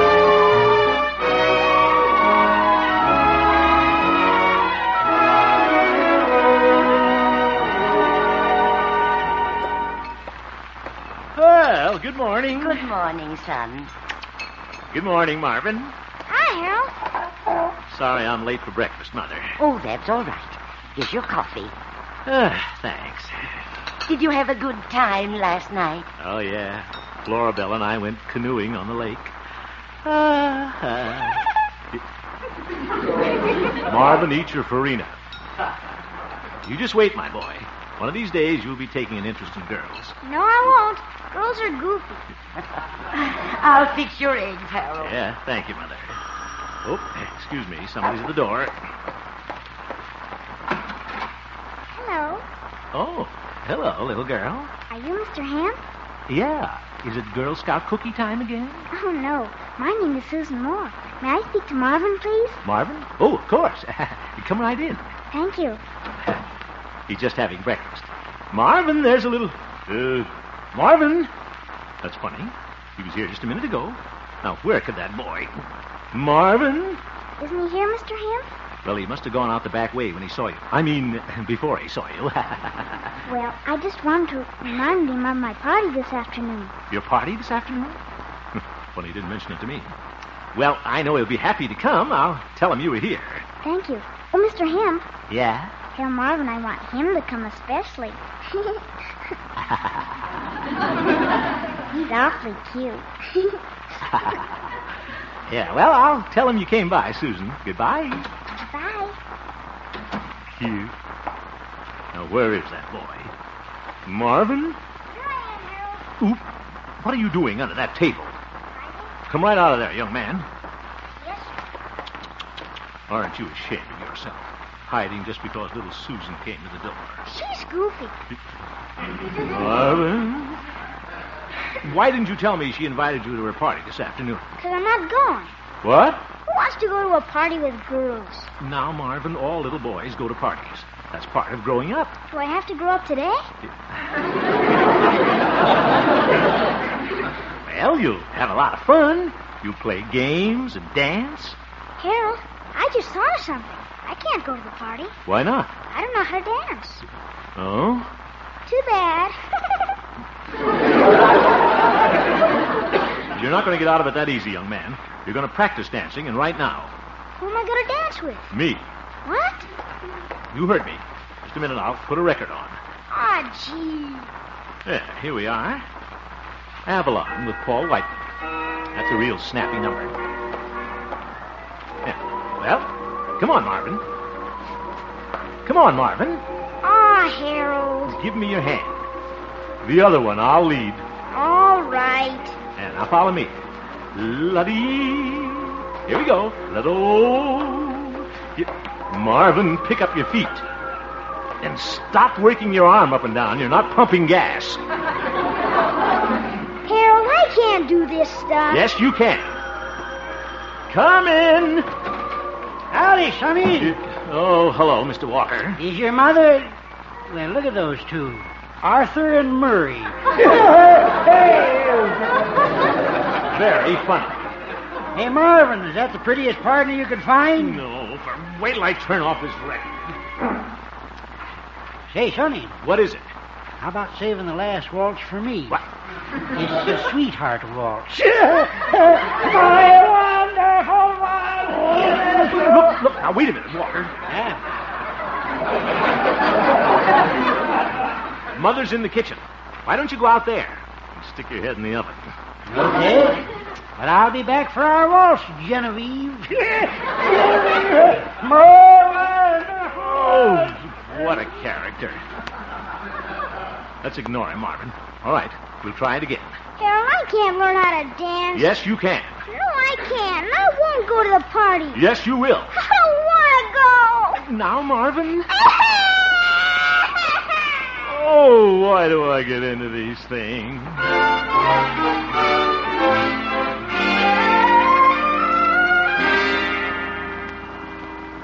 Harold. Yeah? What is it, Mother? Marvin is still in his room. Oh? Why don't you go in and talk to him? I'm sorry, Mother, but I don't think I should. There's no reason in the world why he shouldn't go to that party. He's just being childish. But, Harold, he is a child. Huh? Well, that's no excuse. Well, all right, Harold. I guess you know best. Guess Mother's right about Marvin, though. He's probably just shy. I didn't help any being so harsh with him. But if I acted a little nicer, showed him how much I really like him, he'd be glad to go. Sure.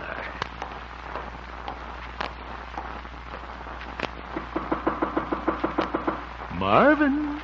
Come in. Hello, Marvin. Hi.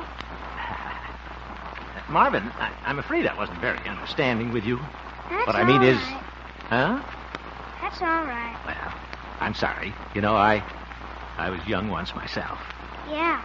I saw your baby picture in the album. Yeah. That was the one on the bearskin. I was the bearskin on the right.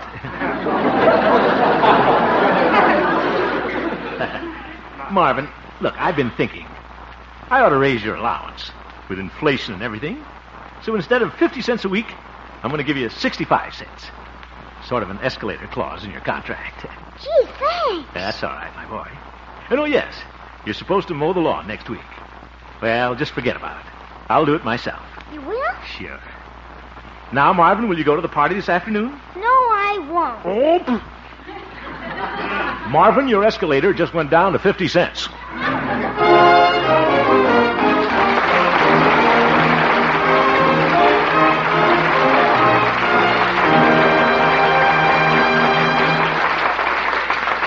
We will return for the second act of our story, Honest Harold, in just a moment. Just a little later on CBS tonight, star trumpeter Louis Armstrong, trombone maestro Jack Teagarden, and the lovely young singer Teresa Brewer will pay a visit to Bing Crosby. Tonight on CBS, you'll also hear the heavyweight fight in Detroit between Clarence Henry and Embrell Davidson. Which reminds me, it's only a week from tonight when Ezzard Charles will be defending his heavyweight title against Joey Maxim. And naturally, you'll get this holiday special exclusively on CBS. Yes, the Bing Crosby Show and the Wednesday night fights are heard on most of these same CBS stations. Oh, and be sure to listen for Harold Perry's important announcement at the end of tonight's program. And now back to Harold Perry as Honest Harold, the homemaker.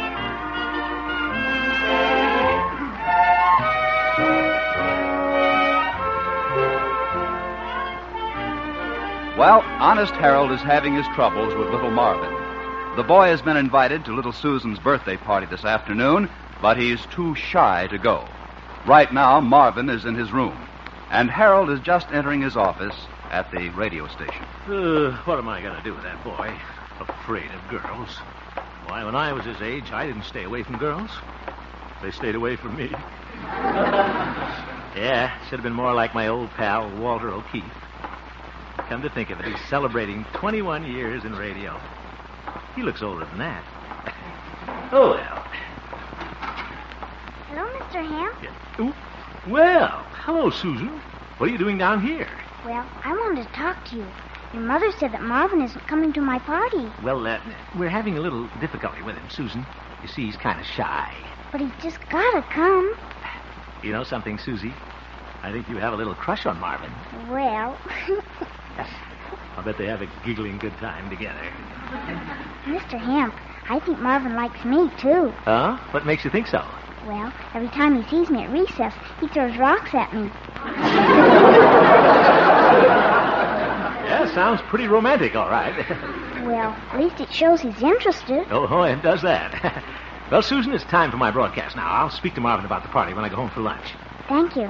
Thank you for dropping over, Susan. Goodbye. Goodbye. Oh, and tell Marvin hello for me. I don't know what Marvin's got, but he's sure got it.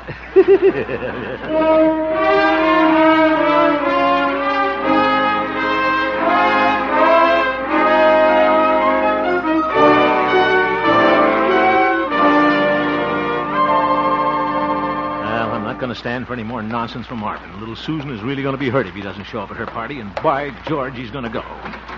Mother, I'm home. Hello, Harold. Oop. Oh, hello, Marvin. Now, my boy, about this party this afternoon. Oh, I'd like to go, Harold. Huh? I'm sure it will be a very nice party. Well, that's more like it. I'm glad you changed your mind, my boy. Well, better go right in and dress now. It's almost time. Harold, I'd like to go to the party, but I can't. What? Why not? Mr. Schroeder offered me a job delivering groceries this afternoon, so I took it. Oh, my goodness. Well, guess I better get started down to the grocery store. Yeah, what a sneaky thing to do. Just a minute, Marvin. What? I just had an idea. You go right in and get dressed for that party, young man. But, Harold, who's going to deliver the groceries? I am. What? You made a good try, but it didn't work. Too bad.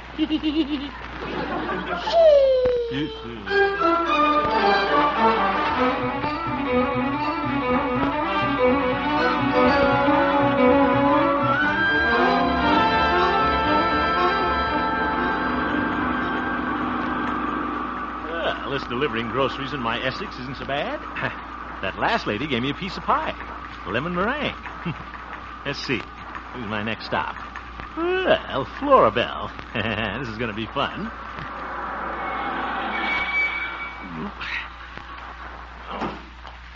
Let's see here.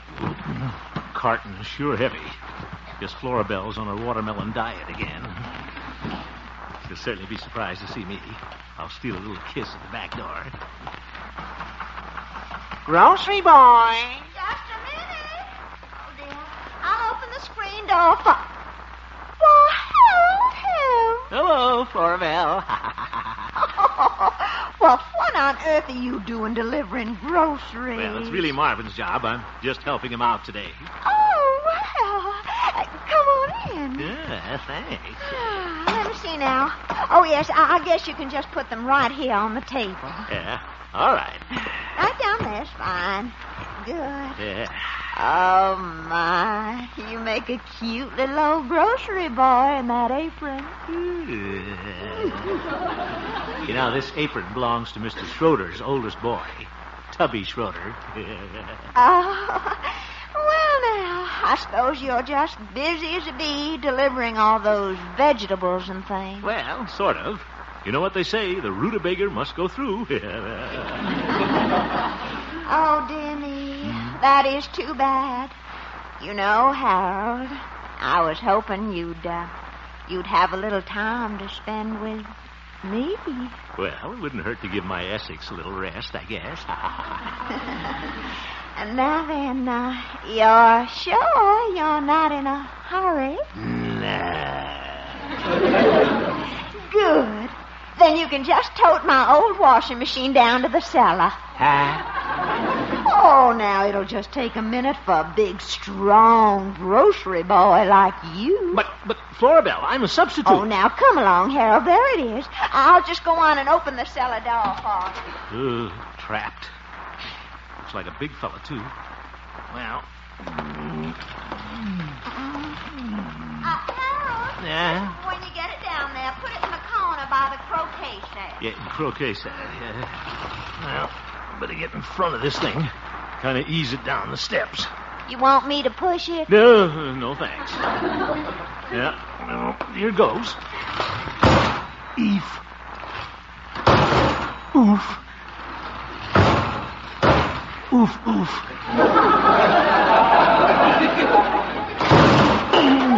Zoink. Yipe, I'm drowning. What's the matter, Harold? Florabelle, why didn't you drain the water out of this thing? Oh, I forgot. Now, wasn't that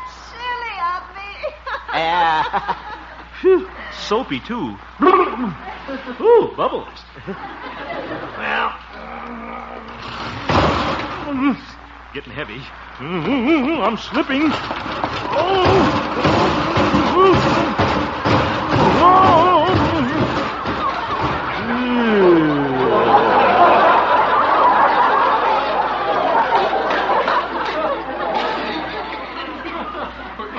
I'm either in the cellar or in somebody else's house. Made it. Harold? Yeah? Now that you're down there, would you mind bringing up the summer sofa? Do you see it, darling? See it? I'm lying on it, darling. Call me in an hour, Florabelle.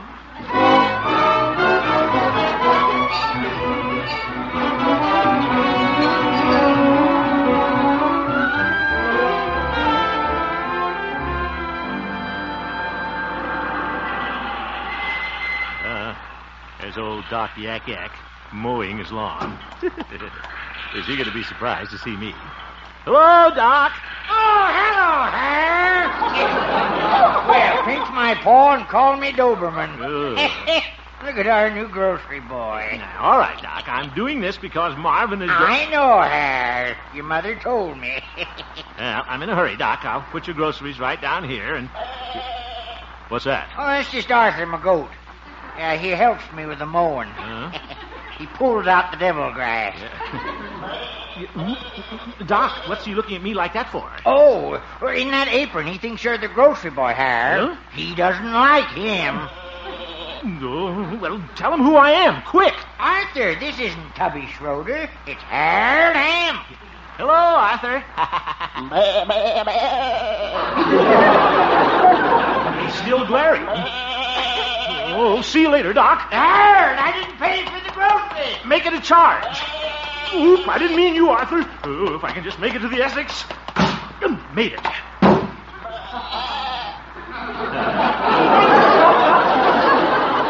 Dent at the door.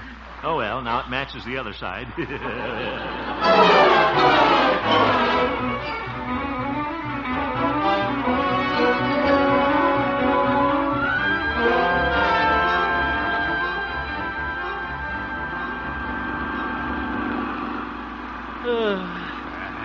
Well, just one more stop and I'm through. Thank goodness. I'll just hurry up now and... What's that? Old man Walker and his tractor up there, taking up the whole street. Hello there, Mr. Walker. I say. Yeah. Mr. Walker, you're blocking traffic. I say. Oh, hello, Sonny. Will you please pull over or speed that contraption up? Speed up? I got her up to 4 miles an hour now. I've seen people go faster than that backwards. Huh? Backwards? Yeah. Well, okay, here I come. What? Walker, look out!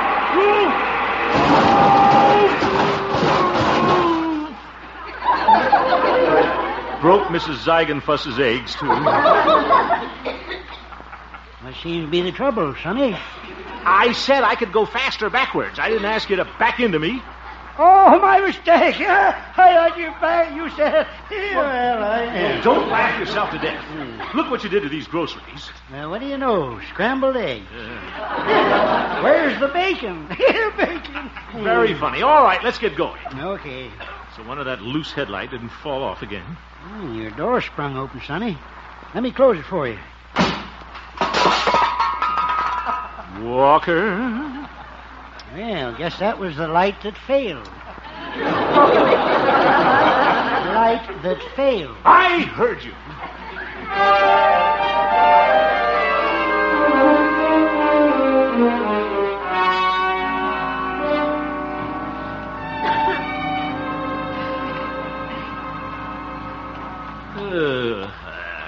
Certainly glad to get home. What a day.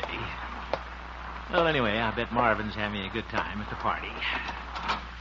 Hello, Harold. Marvin, what are you doing home?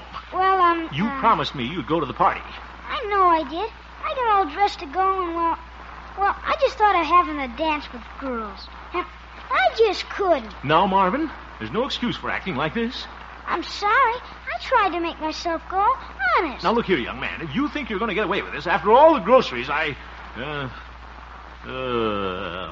my boy. It's going to make you that unhappy. You don't have to go. Thanks, Harold. That's all right. Oh, here's the money Mr. Schroeder paid me for delivering the groceries. $1.50. $1.40. He deducted 10 cents for the dill pickles I ate. And on National Pickle Week, too. You keep the money, Harold. You earned it. No, I want you to have it. There. Thanks. Oh, there's the door, my boy. You must be tired, Harold. I'll get it. Oh, thanks. Guess I was trying to rush the boy. He's really too young for women, yeah? Hello, Marvin. Oh, my goodness. Susan. Marvin, aren't you going to say hello? Hello. Sounds like he's going to faint. Why didn't you come to my party? Well, Why, Marvin, you've got on your new blue suit. Yeah, my, you look handsome. I do? What's this? That suit really brings out the blue in your eyes. Let's don't fall for it. Marvin, I saw you pitching the baseball game yesterday. You did? I think you're the best pitcher in the whole school. How do women get so smart so young? Did you like the way I threw that knuckleball? Oh, yes. I'd love to know how you did that, Marvin. Yeah, I'll bet she's really dying to know that. Oh, it's not so hard. You see, I just take the ball like Marvin? this. Yeah? Why don't you come to my party? You can explain it to me while we're dancing. All right. That's the slickest piece of work I've ever seen. Goodbye, Harold. Oh, goodbye, Mr. Ham. Goodbye, children. Have a good time. Hey, Susan, after the party, maybe we can get some ice cream sodas. I made $1.40 today. You made it. Oh, well, what the heck? I had all the dill pickles.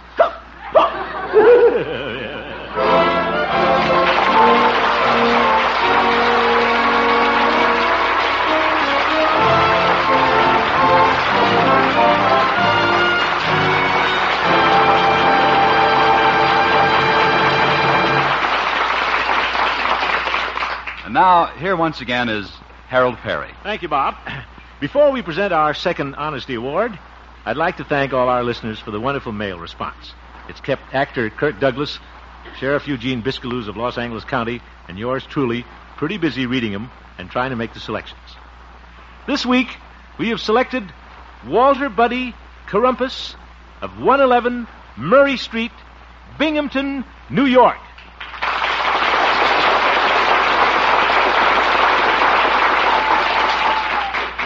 I quote from an article in the Binghamton Press dated May 8, 1951. Walter Buddy Corumpus of 111 Murray Street found a wallet containing $415 at a Triplets baseball game earlier this weekend and returned the money to its owner, Bernard A. Petiti. That's spelled Pettite. I hope I'm pronouncing it right. Bernard Petiti, who operates a shoe repair shop at number 5 Main Street. As a reward, Mr. Petiti is going to repair Buddy's shoes free for a year. The Triplets management will admit Buddy free to the rest of the team's baseball games this season. Unquote. Congratulations, Walter Buddy Corumpus. I hereby dub you Honest Walter and award you a Wittenauer watch, that distinguished member of the Longines Wittenauer family of distinguished watchers. And thank you, Mrs. Robert S. McMahon, the Binghamton Press, and all the rest of you kind people in Binghamton, New York, who wrote to me about Walter. Radio friends, if you know of some outstanding deed of honesty done by some boy or girl, please write and tell me all about it. From the letters we receive, one outstanding deed of honesty will be selected each week, and the deserving youngster will receive a beautiful Wittenauer watch. We feel this recognition will encourage honesty in others and help combat juvenile delinquency. Send your letters to me, Harold Perry, Columbia Broadcasting System, Hollywood 28, California. Harold Perry, Columbia Broadcasting System, Hollywood 28, California. Thank you, and good night.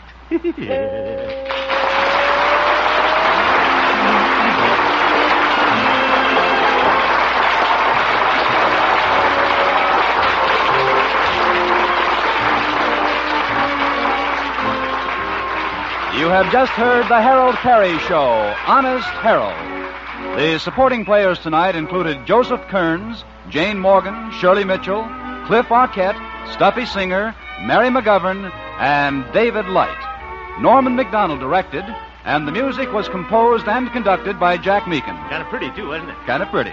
Honest Harold, created by Harold Perry, was written by Gene Stone and Jack Robinson. Ladies and gentlemen, tomorrow night on Suspense, join Jeff Chandler for Fresh Air, Sunshine, and Murder. Suspense, radio's outstanding theater of thrills, will present Jeff Chandler as the owner of a Hollywood health studio who falls for his partner's wife and tries to mix fresh air, sunshine, and murder. Health clubs and murder. Hey, oh, brother. Don't miss it on Suspense, tomorrow night on CBS.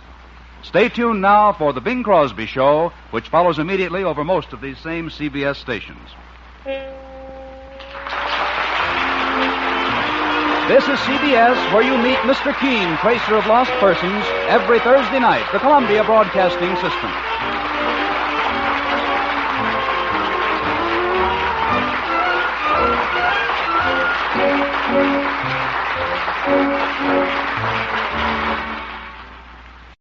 Will you have a polo, dear Liza, dear Liza? Will you have a polo, dear Liza, polo? How very kind of you, dear Henry. I most certainly will. I'll have 3 or 4 or maybe more. But you take me old tube. Because they happen to be my tube of polo, dear Henry. Have one. Standing in a bus queue, Sitting in the traffic, letting other people plan the way you go. It's time you broke away. Believe in freedom. Believe in Honda. Go Going when you like, from door to door, your Honda bike and you. Believe in freedom, believe in Honda. Going where you like, your Honda bike and you. This is the 1940s radio channel from the Rocket Classic Radio Network.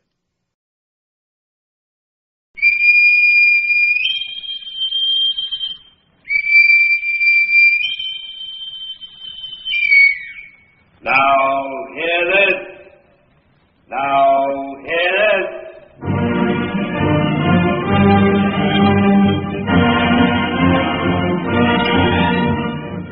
National Broadcasting Company, in cooperation with the United States Navy Recruiting Service, presents Now Hear This. Dramatic stories based on the personal experiences of those gallant men and women who embody the great traditions of a great service, the United States Navy.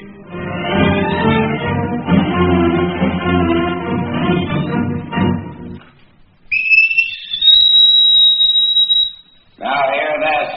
There will be no payday. There will be no liberty. There will be no shore leave.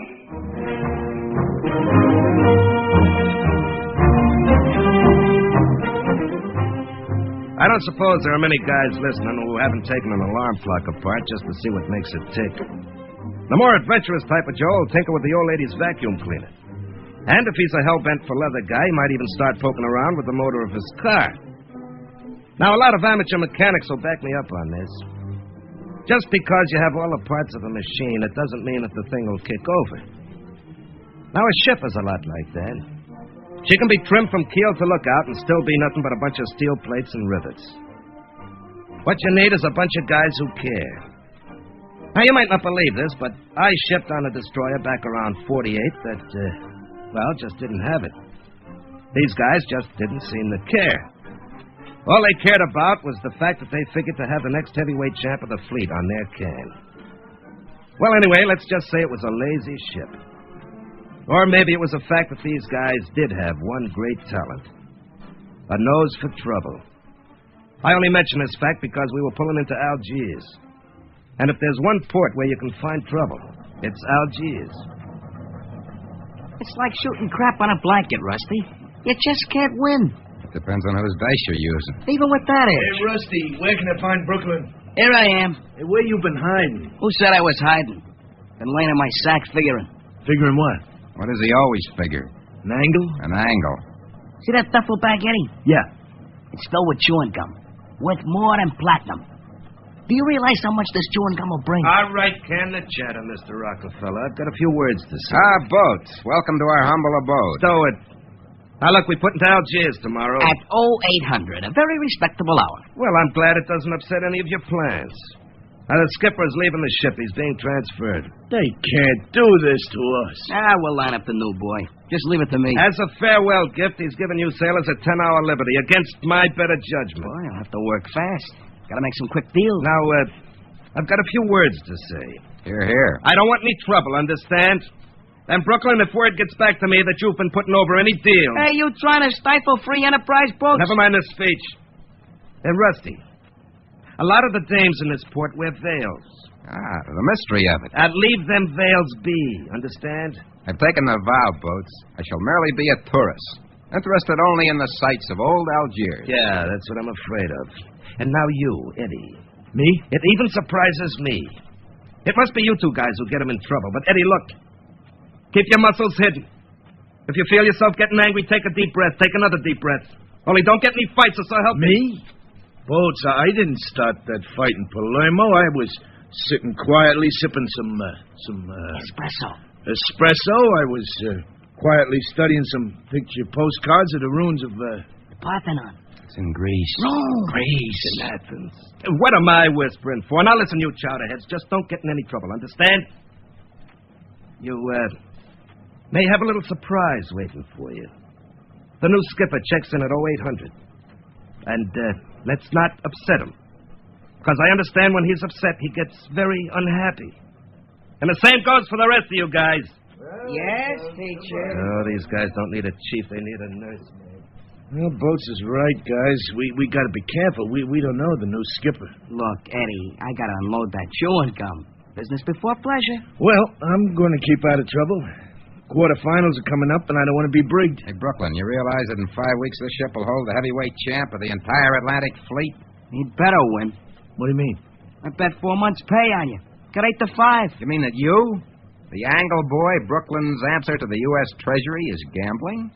Is entrusting his money on something that has a chance of losing? Of course not. That's telling them, Brooklyn. I'm bound to win. Wait a minute. What about the 4 months' pay you bet? Well... Eddie, he's done it again.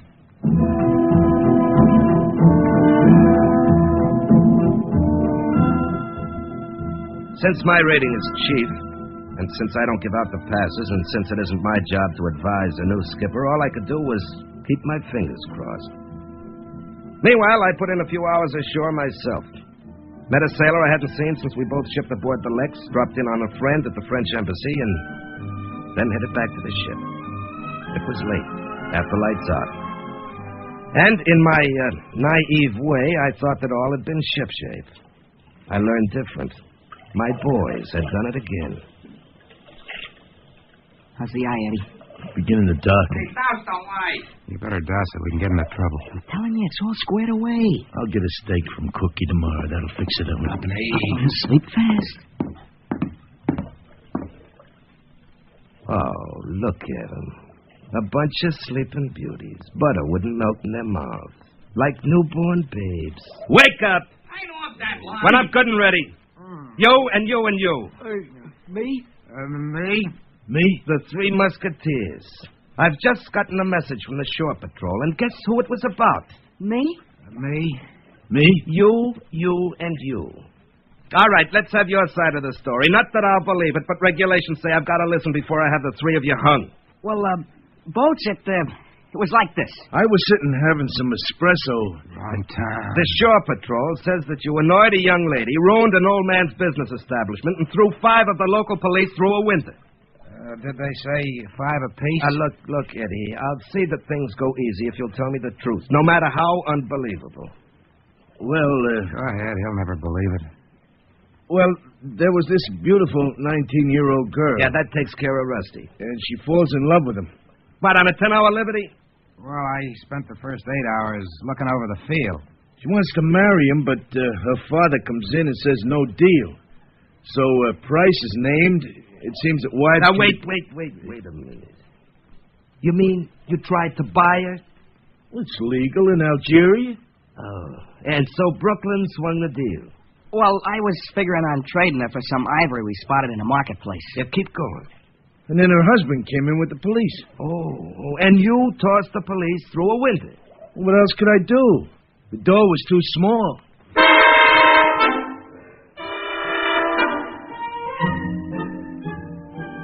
As they say in civilian life, go fight City Hall. Well, at 0800, the new skipper was piped aboard, and at 0850, the men were assembled on the fantail.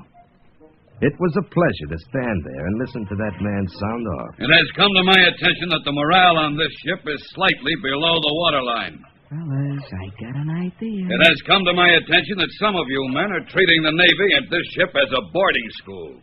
Seems a little upset. Now, I have been given command of this ship. I'm not in the habit of asking more from my men than I'm willing to put out myself. Give it to him, Captain. Give it to him. However, I'm willing to break my back to get the best ship in the Navy.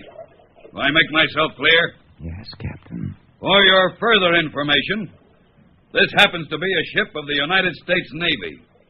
And a ship of the United States Navy is something to be proud of. That minor detail seems to be lacking in you men. So hear this. There is a book in the ship's library entitled Naval Orientation.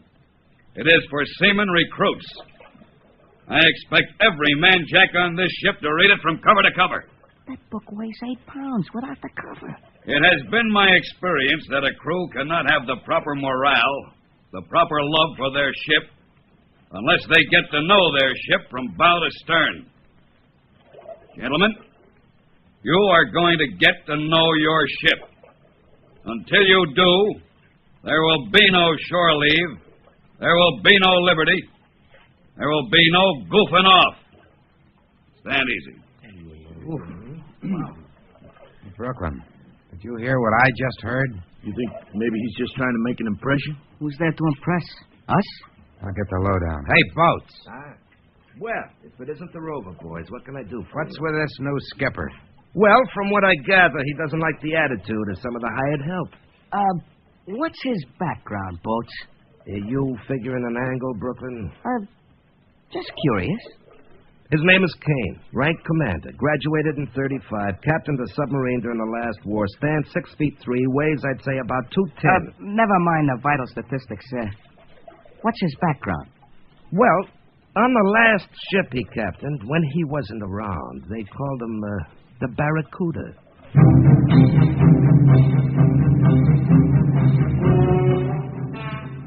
To give you a small idea what took place on the USS Beano, in less than 2 weeks, we used 40 gallons of Sloan's liniment, 70 packages of Dr. Scholl's foot pads, 19 hot water bottles, and an even dozen ice bags. We had more eggs per square inch than the entire state of Texas. We had a captain who went by the book, and he got a taut and trim ship. And we had a crew who went by the book. As simple as that. They just went by the book. Boats? Oh, Ed, didn't hear you walk up, sir. First time I ever saw a fantail without any sailors shooting the breeze. Yes, sir. At night.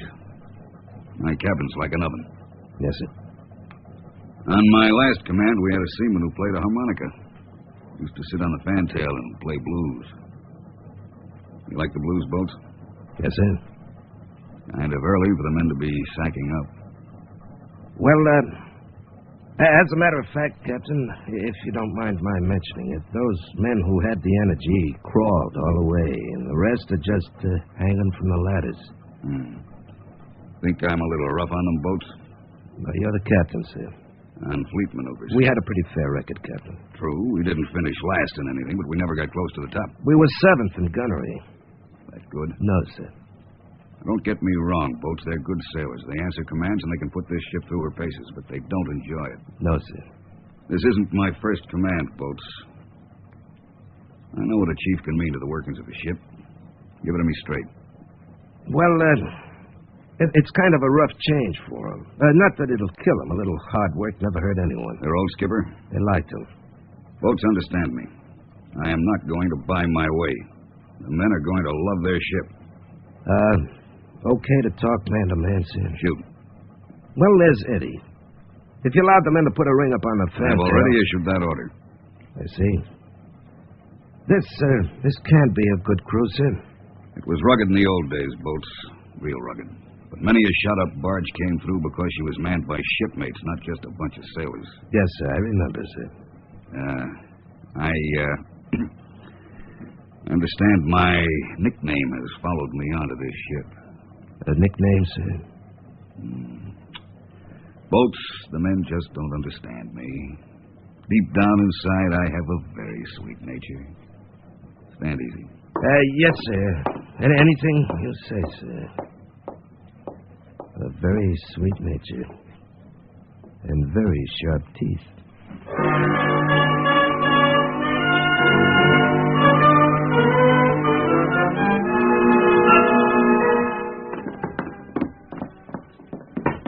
Keep your left up, Eddie. Up! Stick to your managing. I'll take care of his corner. Throw the right, Eddie. The right! Well, how many more rounds, Brooklyn? 2 more with Sammy and then a 4-rounder with Swifty. Quarterfinals come up in 2 weeks, and you need all the training you can get. We got dough bet on this, Eddie. Our dough. Have faith, Rusty. Faith. You see the footwork? Good, huh? Oh, I'm a cinch. Of course you are. Hey, Sammy, this round, try some infighting. Okay. Eddie, you gotta win this fight. It's more than just a dough. We gotta show the old man. I know. I'll win easy. Every sailor in the Navy is riding us. It's up to you. Nobody says nothing about this ship holds the heavyweight champ. Remember that? Remember the left. Keep it up. Try the right. Up, right. yes. How do you think he looks, Chief? Oh, sorry, Captain. Didn't see you come up. I've been watching him.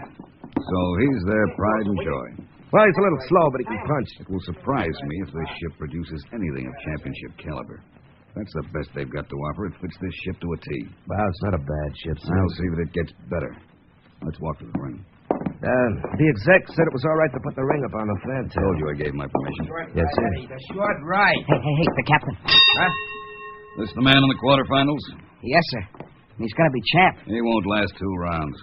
He'll win, sir. Boats. Sir. I'd like you to be my second. What? You mean you want to go a couple of rounds, sir? I do.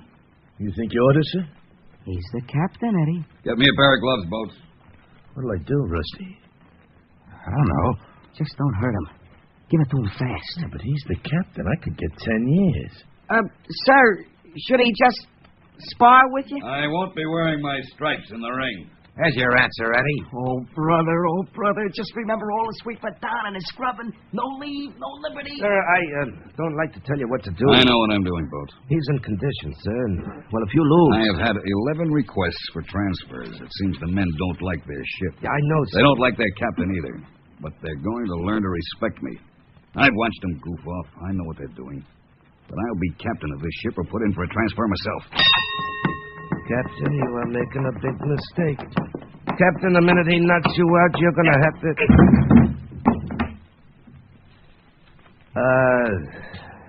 Yes, Boats? You want something? Captain, what did you hit him with?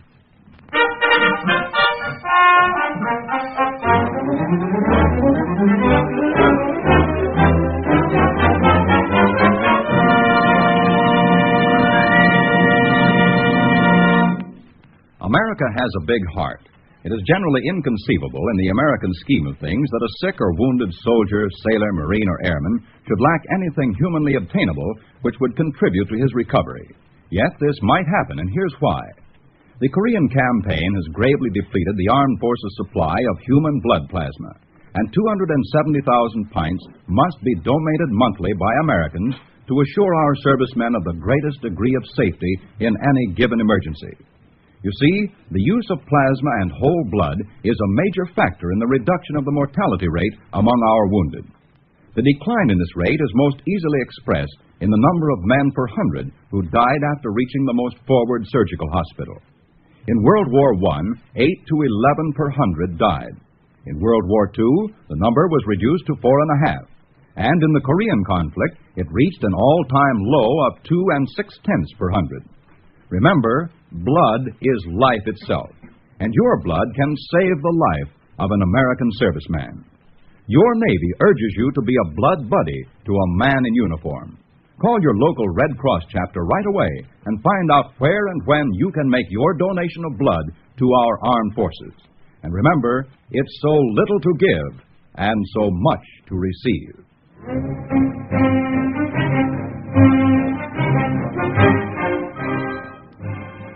It takes more than a shiny face to make a ship a lady. And it takes a good thing more than a good right hand to make the captain a guy you'd follow around the horn. The USS Beano still didn't have it. There's no heart in the ship. Morale had ducked so low you couldn't get her up with a depth charge. The men went about their duties, smartened up. Discipline was at a peak. And the book on naval regulations was worn thin, but the morale of the men had sunk to a minus nothing. The captain was the captain and no more. The men had nothing to talk about, nothing to look forward to. They were taking a ride from the entire fleet. They just didn't care. But by an officer, that's the worst part, to get beaten by an officer. It was a lucky punch. Wasn't it, Boats? No, don't kid you, sir. It must have been. I didn't even see it coming. Well, it just so happens that the Barracuda was intercollegiate light heavyweight champ. He what? Yeah, you didn't think he'd walk into the ring without knowing what he was doing, did you? Oh, how could I be such a jerk? The captain would be too smart to take a chance like that. Still, I can't understand it. I throw one punch, and the next thing I know, I'm out. Out cold. Yeah. He just stepped inside and belted you. Boy, what a punch. You don't have to enjoy it so much. You brought it up from the floor. I don't want to talk about it. Well, you brought it up. I still don't want to talk about it. Hey, who's got something to read? Oh, I got a corker of a mystery. 7 people get killed on the first page, see? Then this girl comes in, see? A real honey. Well, halfway through the book, it turns out she's a spy, see? I see. Of course, it looks like she did it. Only get this, Boats. She's a spy for our side. And the senator, the one who limps, he's really a German in disguise, and he's the killer. Pretty good, huh? Well, now that I've read that, anybody got an old copy of the Bobbsey twins? Now hear this. There will be a general inspection. Okay. Which one of you guys forgot to brush your teeth?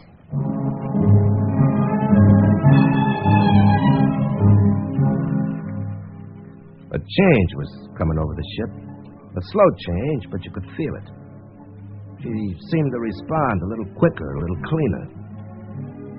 And a change was coming over the men, too. But it wasn't a good change.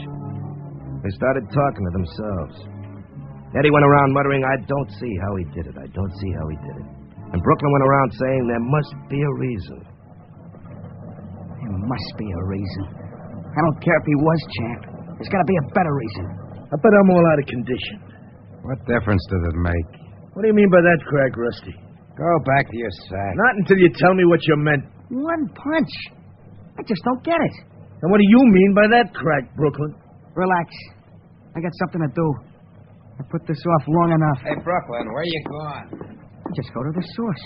It's the only way to make a deal. You looking for someone, Brooklyn? Guy could be awake for nights. Somebody is going to get swindled. Of course, I could get court-martialed. Might even get hung.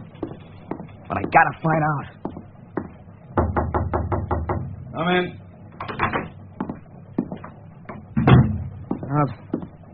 Begging your pardon, sir. What can I do for you, sailor? Captain, you don't know me. You're the one they call Brooklyn, right? Yes, sir, but... Sit down. Sit down, sir? That's right. Thank you. What can I do for you? For me, sir? Unless you're a committee. No, sir, no. This is my own idea.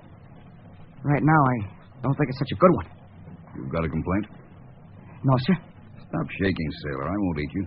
Get to it. Well, to tell you the truth, sir, I was lying in my bunk, sir, and I said to myself, Brooklyn, something happened. And the guy with the answer is the I'm dead. So you came to the Barracuda. Well, if I've got the answer, I'll give it to you. How did you do it? How did you knock out Eddie? I watched him. After that, it was easy. But how? The guys are counting on Eddie, but he's lost confidence in himself. You're in good shape, sir, but one punch. Brooklyn, I understand you are the champion deal maker on the ship. Begging the captain's pardon, but the whole fleet, sir. Care to make a deal with me? A deal, sir?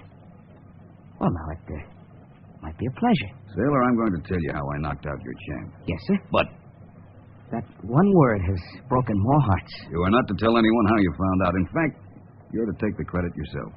Another one of my talents? Stand up. Now, assume a fighting pose. Good.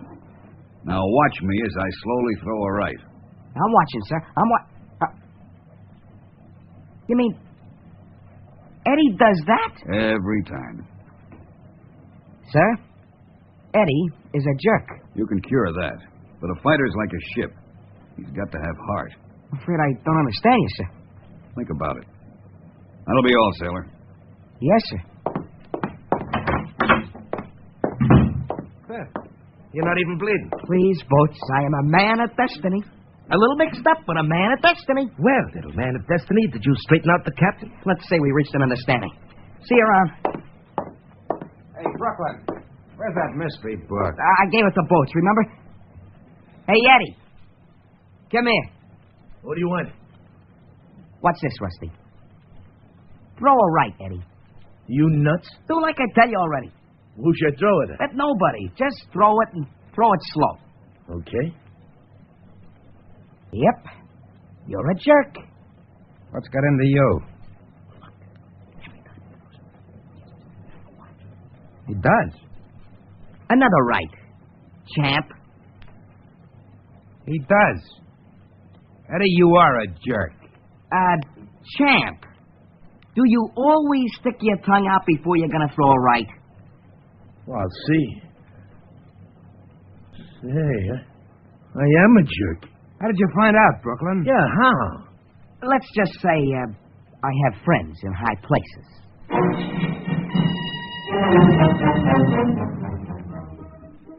There were whispers about how high the places went, but Brooklyn never cracked. He just nodded and let the men guess. All he'd say is that he made a deal and now he's going to keep his put. Well, things on the ship got better. Some of the guys were even heard to mention the captain in a manner you could use in front of ladies. Quite a change. Anyway, Eddie kept training and got past the quarterfinals, and Brooklyn became an inspection hound. walked around with his nose in every corner of the ship, and screamed bloody murder if anything was out of place. Eddie kept training and got past the semifinals, and Brooklyn kept making his rounds. Eddie became known as the champ, and Brooklyn as the admiral. And then came the finals. The whole fleet was lined up. A general fleet inspection was held with admirals and more admirals making the rounds. And then the finals. And Eddie lost. How do you feel, kid? Lousy. You tried, Eddie. What difference does that make? I lost. Well, at least it was a decision. You didn't get knocked out. Let's talk about something else. Maybe next year. Sure, next year. Me and the Dodgers. Now hear this. All hands to the fantail. What time for an inspection? What else can you expect? Some guys get conned too easy. I'm telling you, he's okay. Well, Brooklyn, well, you hadn't bet all our dough on the fight. I don't mind losing mine, but the rest of the guys... forget it. Big man. Folks, I don't need this talker. And you guys got germs, just speak up. Men, I know how you all feel about Eddie losing in the finals. What does he have to talk about it for? However, it was a close decision. Nothing to be ashamed of. He made a good showing. The entire ship is proud of him. I know I am. When May finds out I lost my dough, go and explain that. However, the fight was not the only competition. Not the only title at stake. But we won the award for the toughest officer. Shut up. This is important. If you will look at the masthead, you will see a new flag flying. The honor flag of the Atlantic Fleet. I knew it. For winning this honor, and for winning it with the highest point rating in the last 18 years, every man aboard will be given a 10-day liberty. Stand easy. 10-day liberty and no money. Well, I tried, didn't I? I'm sorry, Eddie. It isn't your fault. Now, let's see. Brooklyn, where did you get that roll? Hey, Max, you bet 20 on the fight. Here's $60. Jerry, you got 15 coming. Bill, 120. And I've got a question to ask. Here's your dough, Rusty, and here's yours, Eddie. I don't want it. Why not? Well, it'll look like I threw the fight, betting against myself. Well, as a matter of fact, I didn't bet on the fight. You didn't what? Well, you see, I figured that any lucky punch can win a fight. Keep talking, you wonderful little man. And I had a talk with a guy. He said something about a ship needing a heart. Who said we had no heart? We didn't, but we were getting there. So,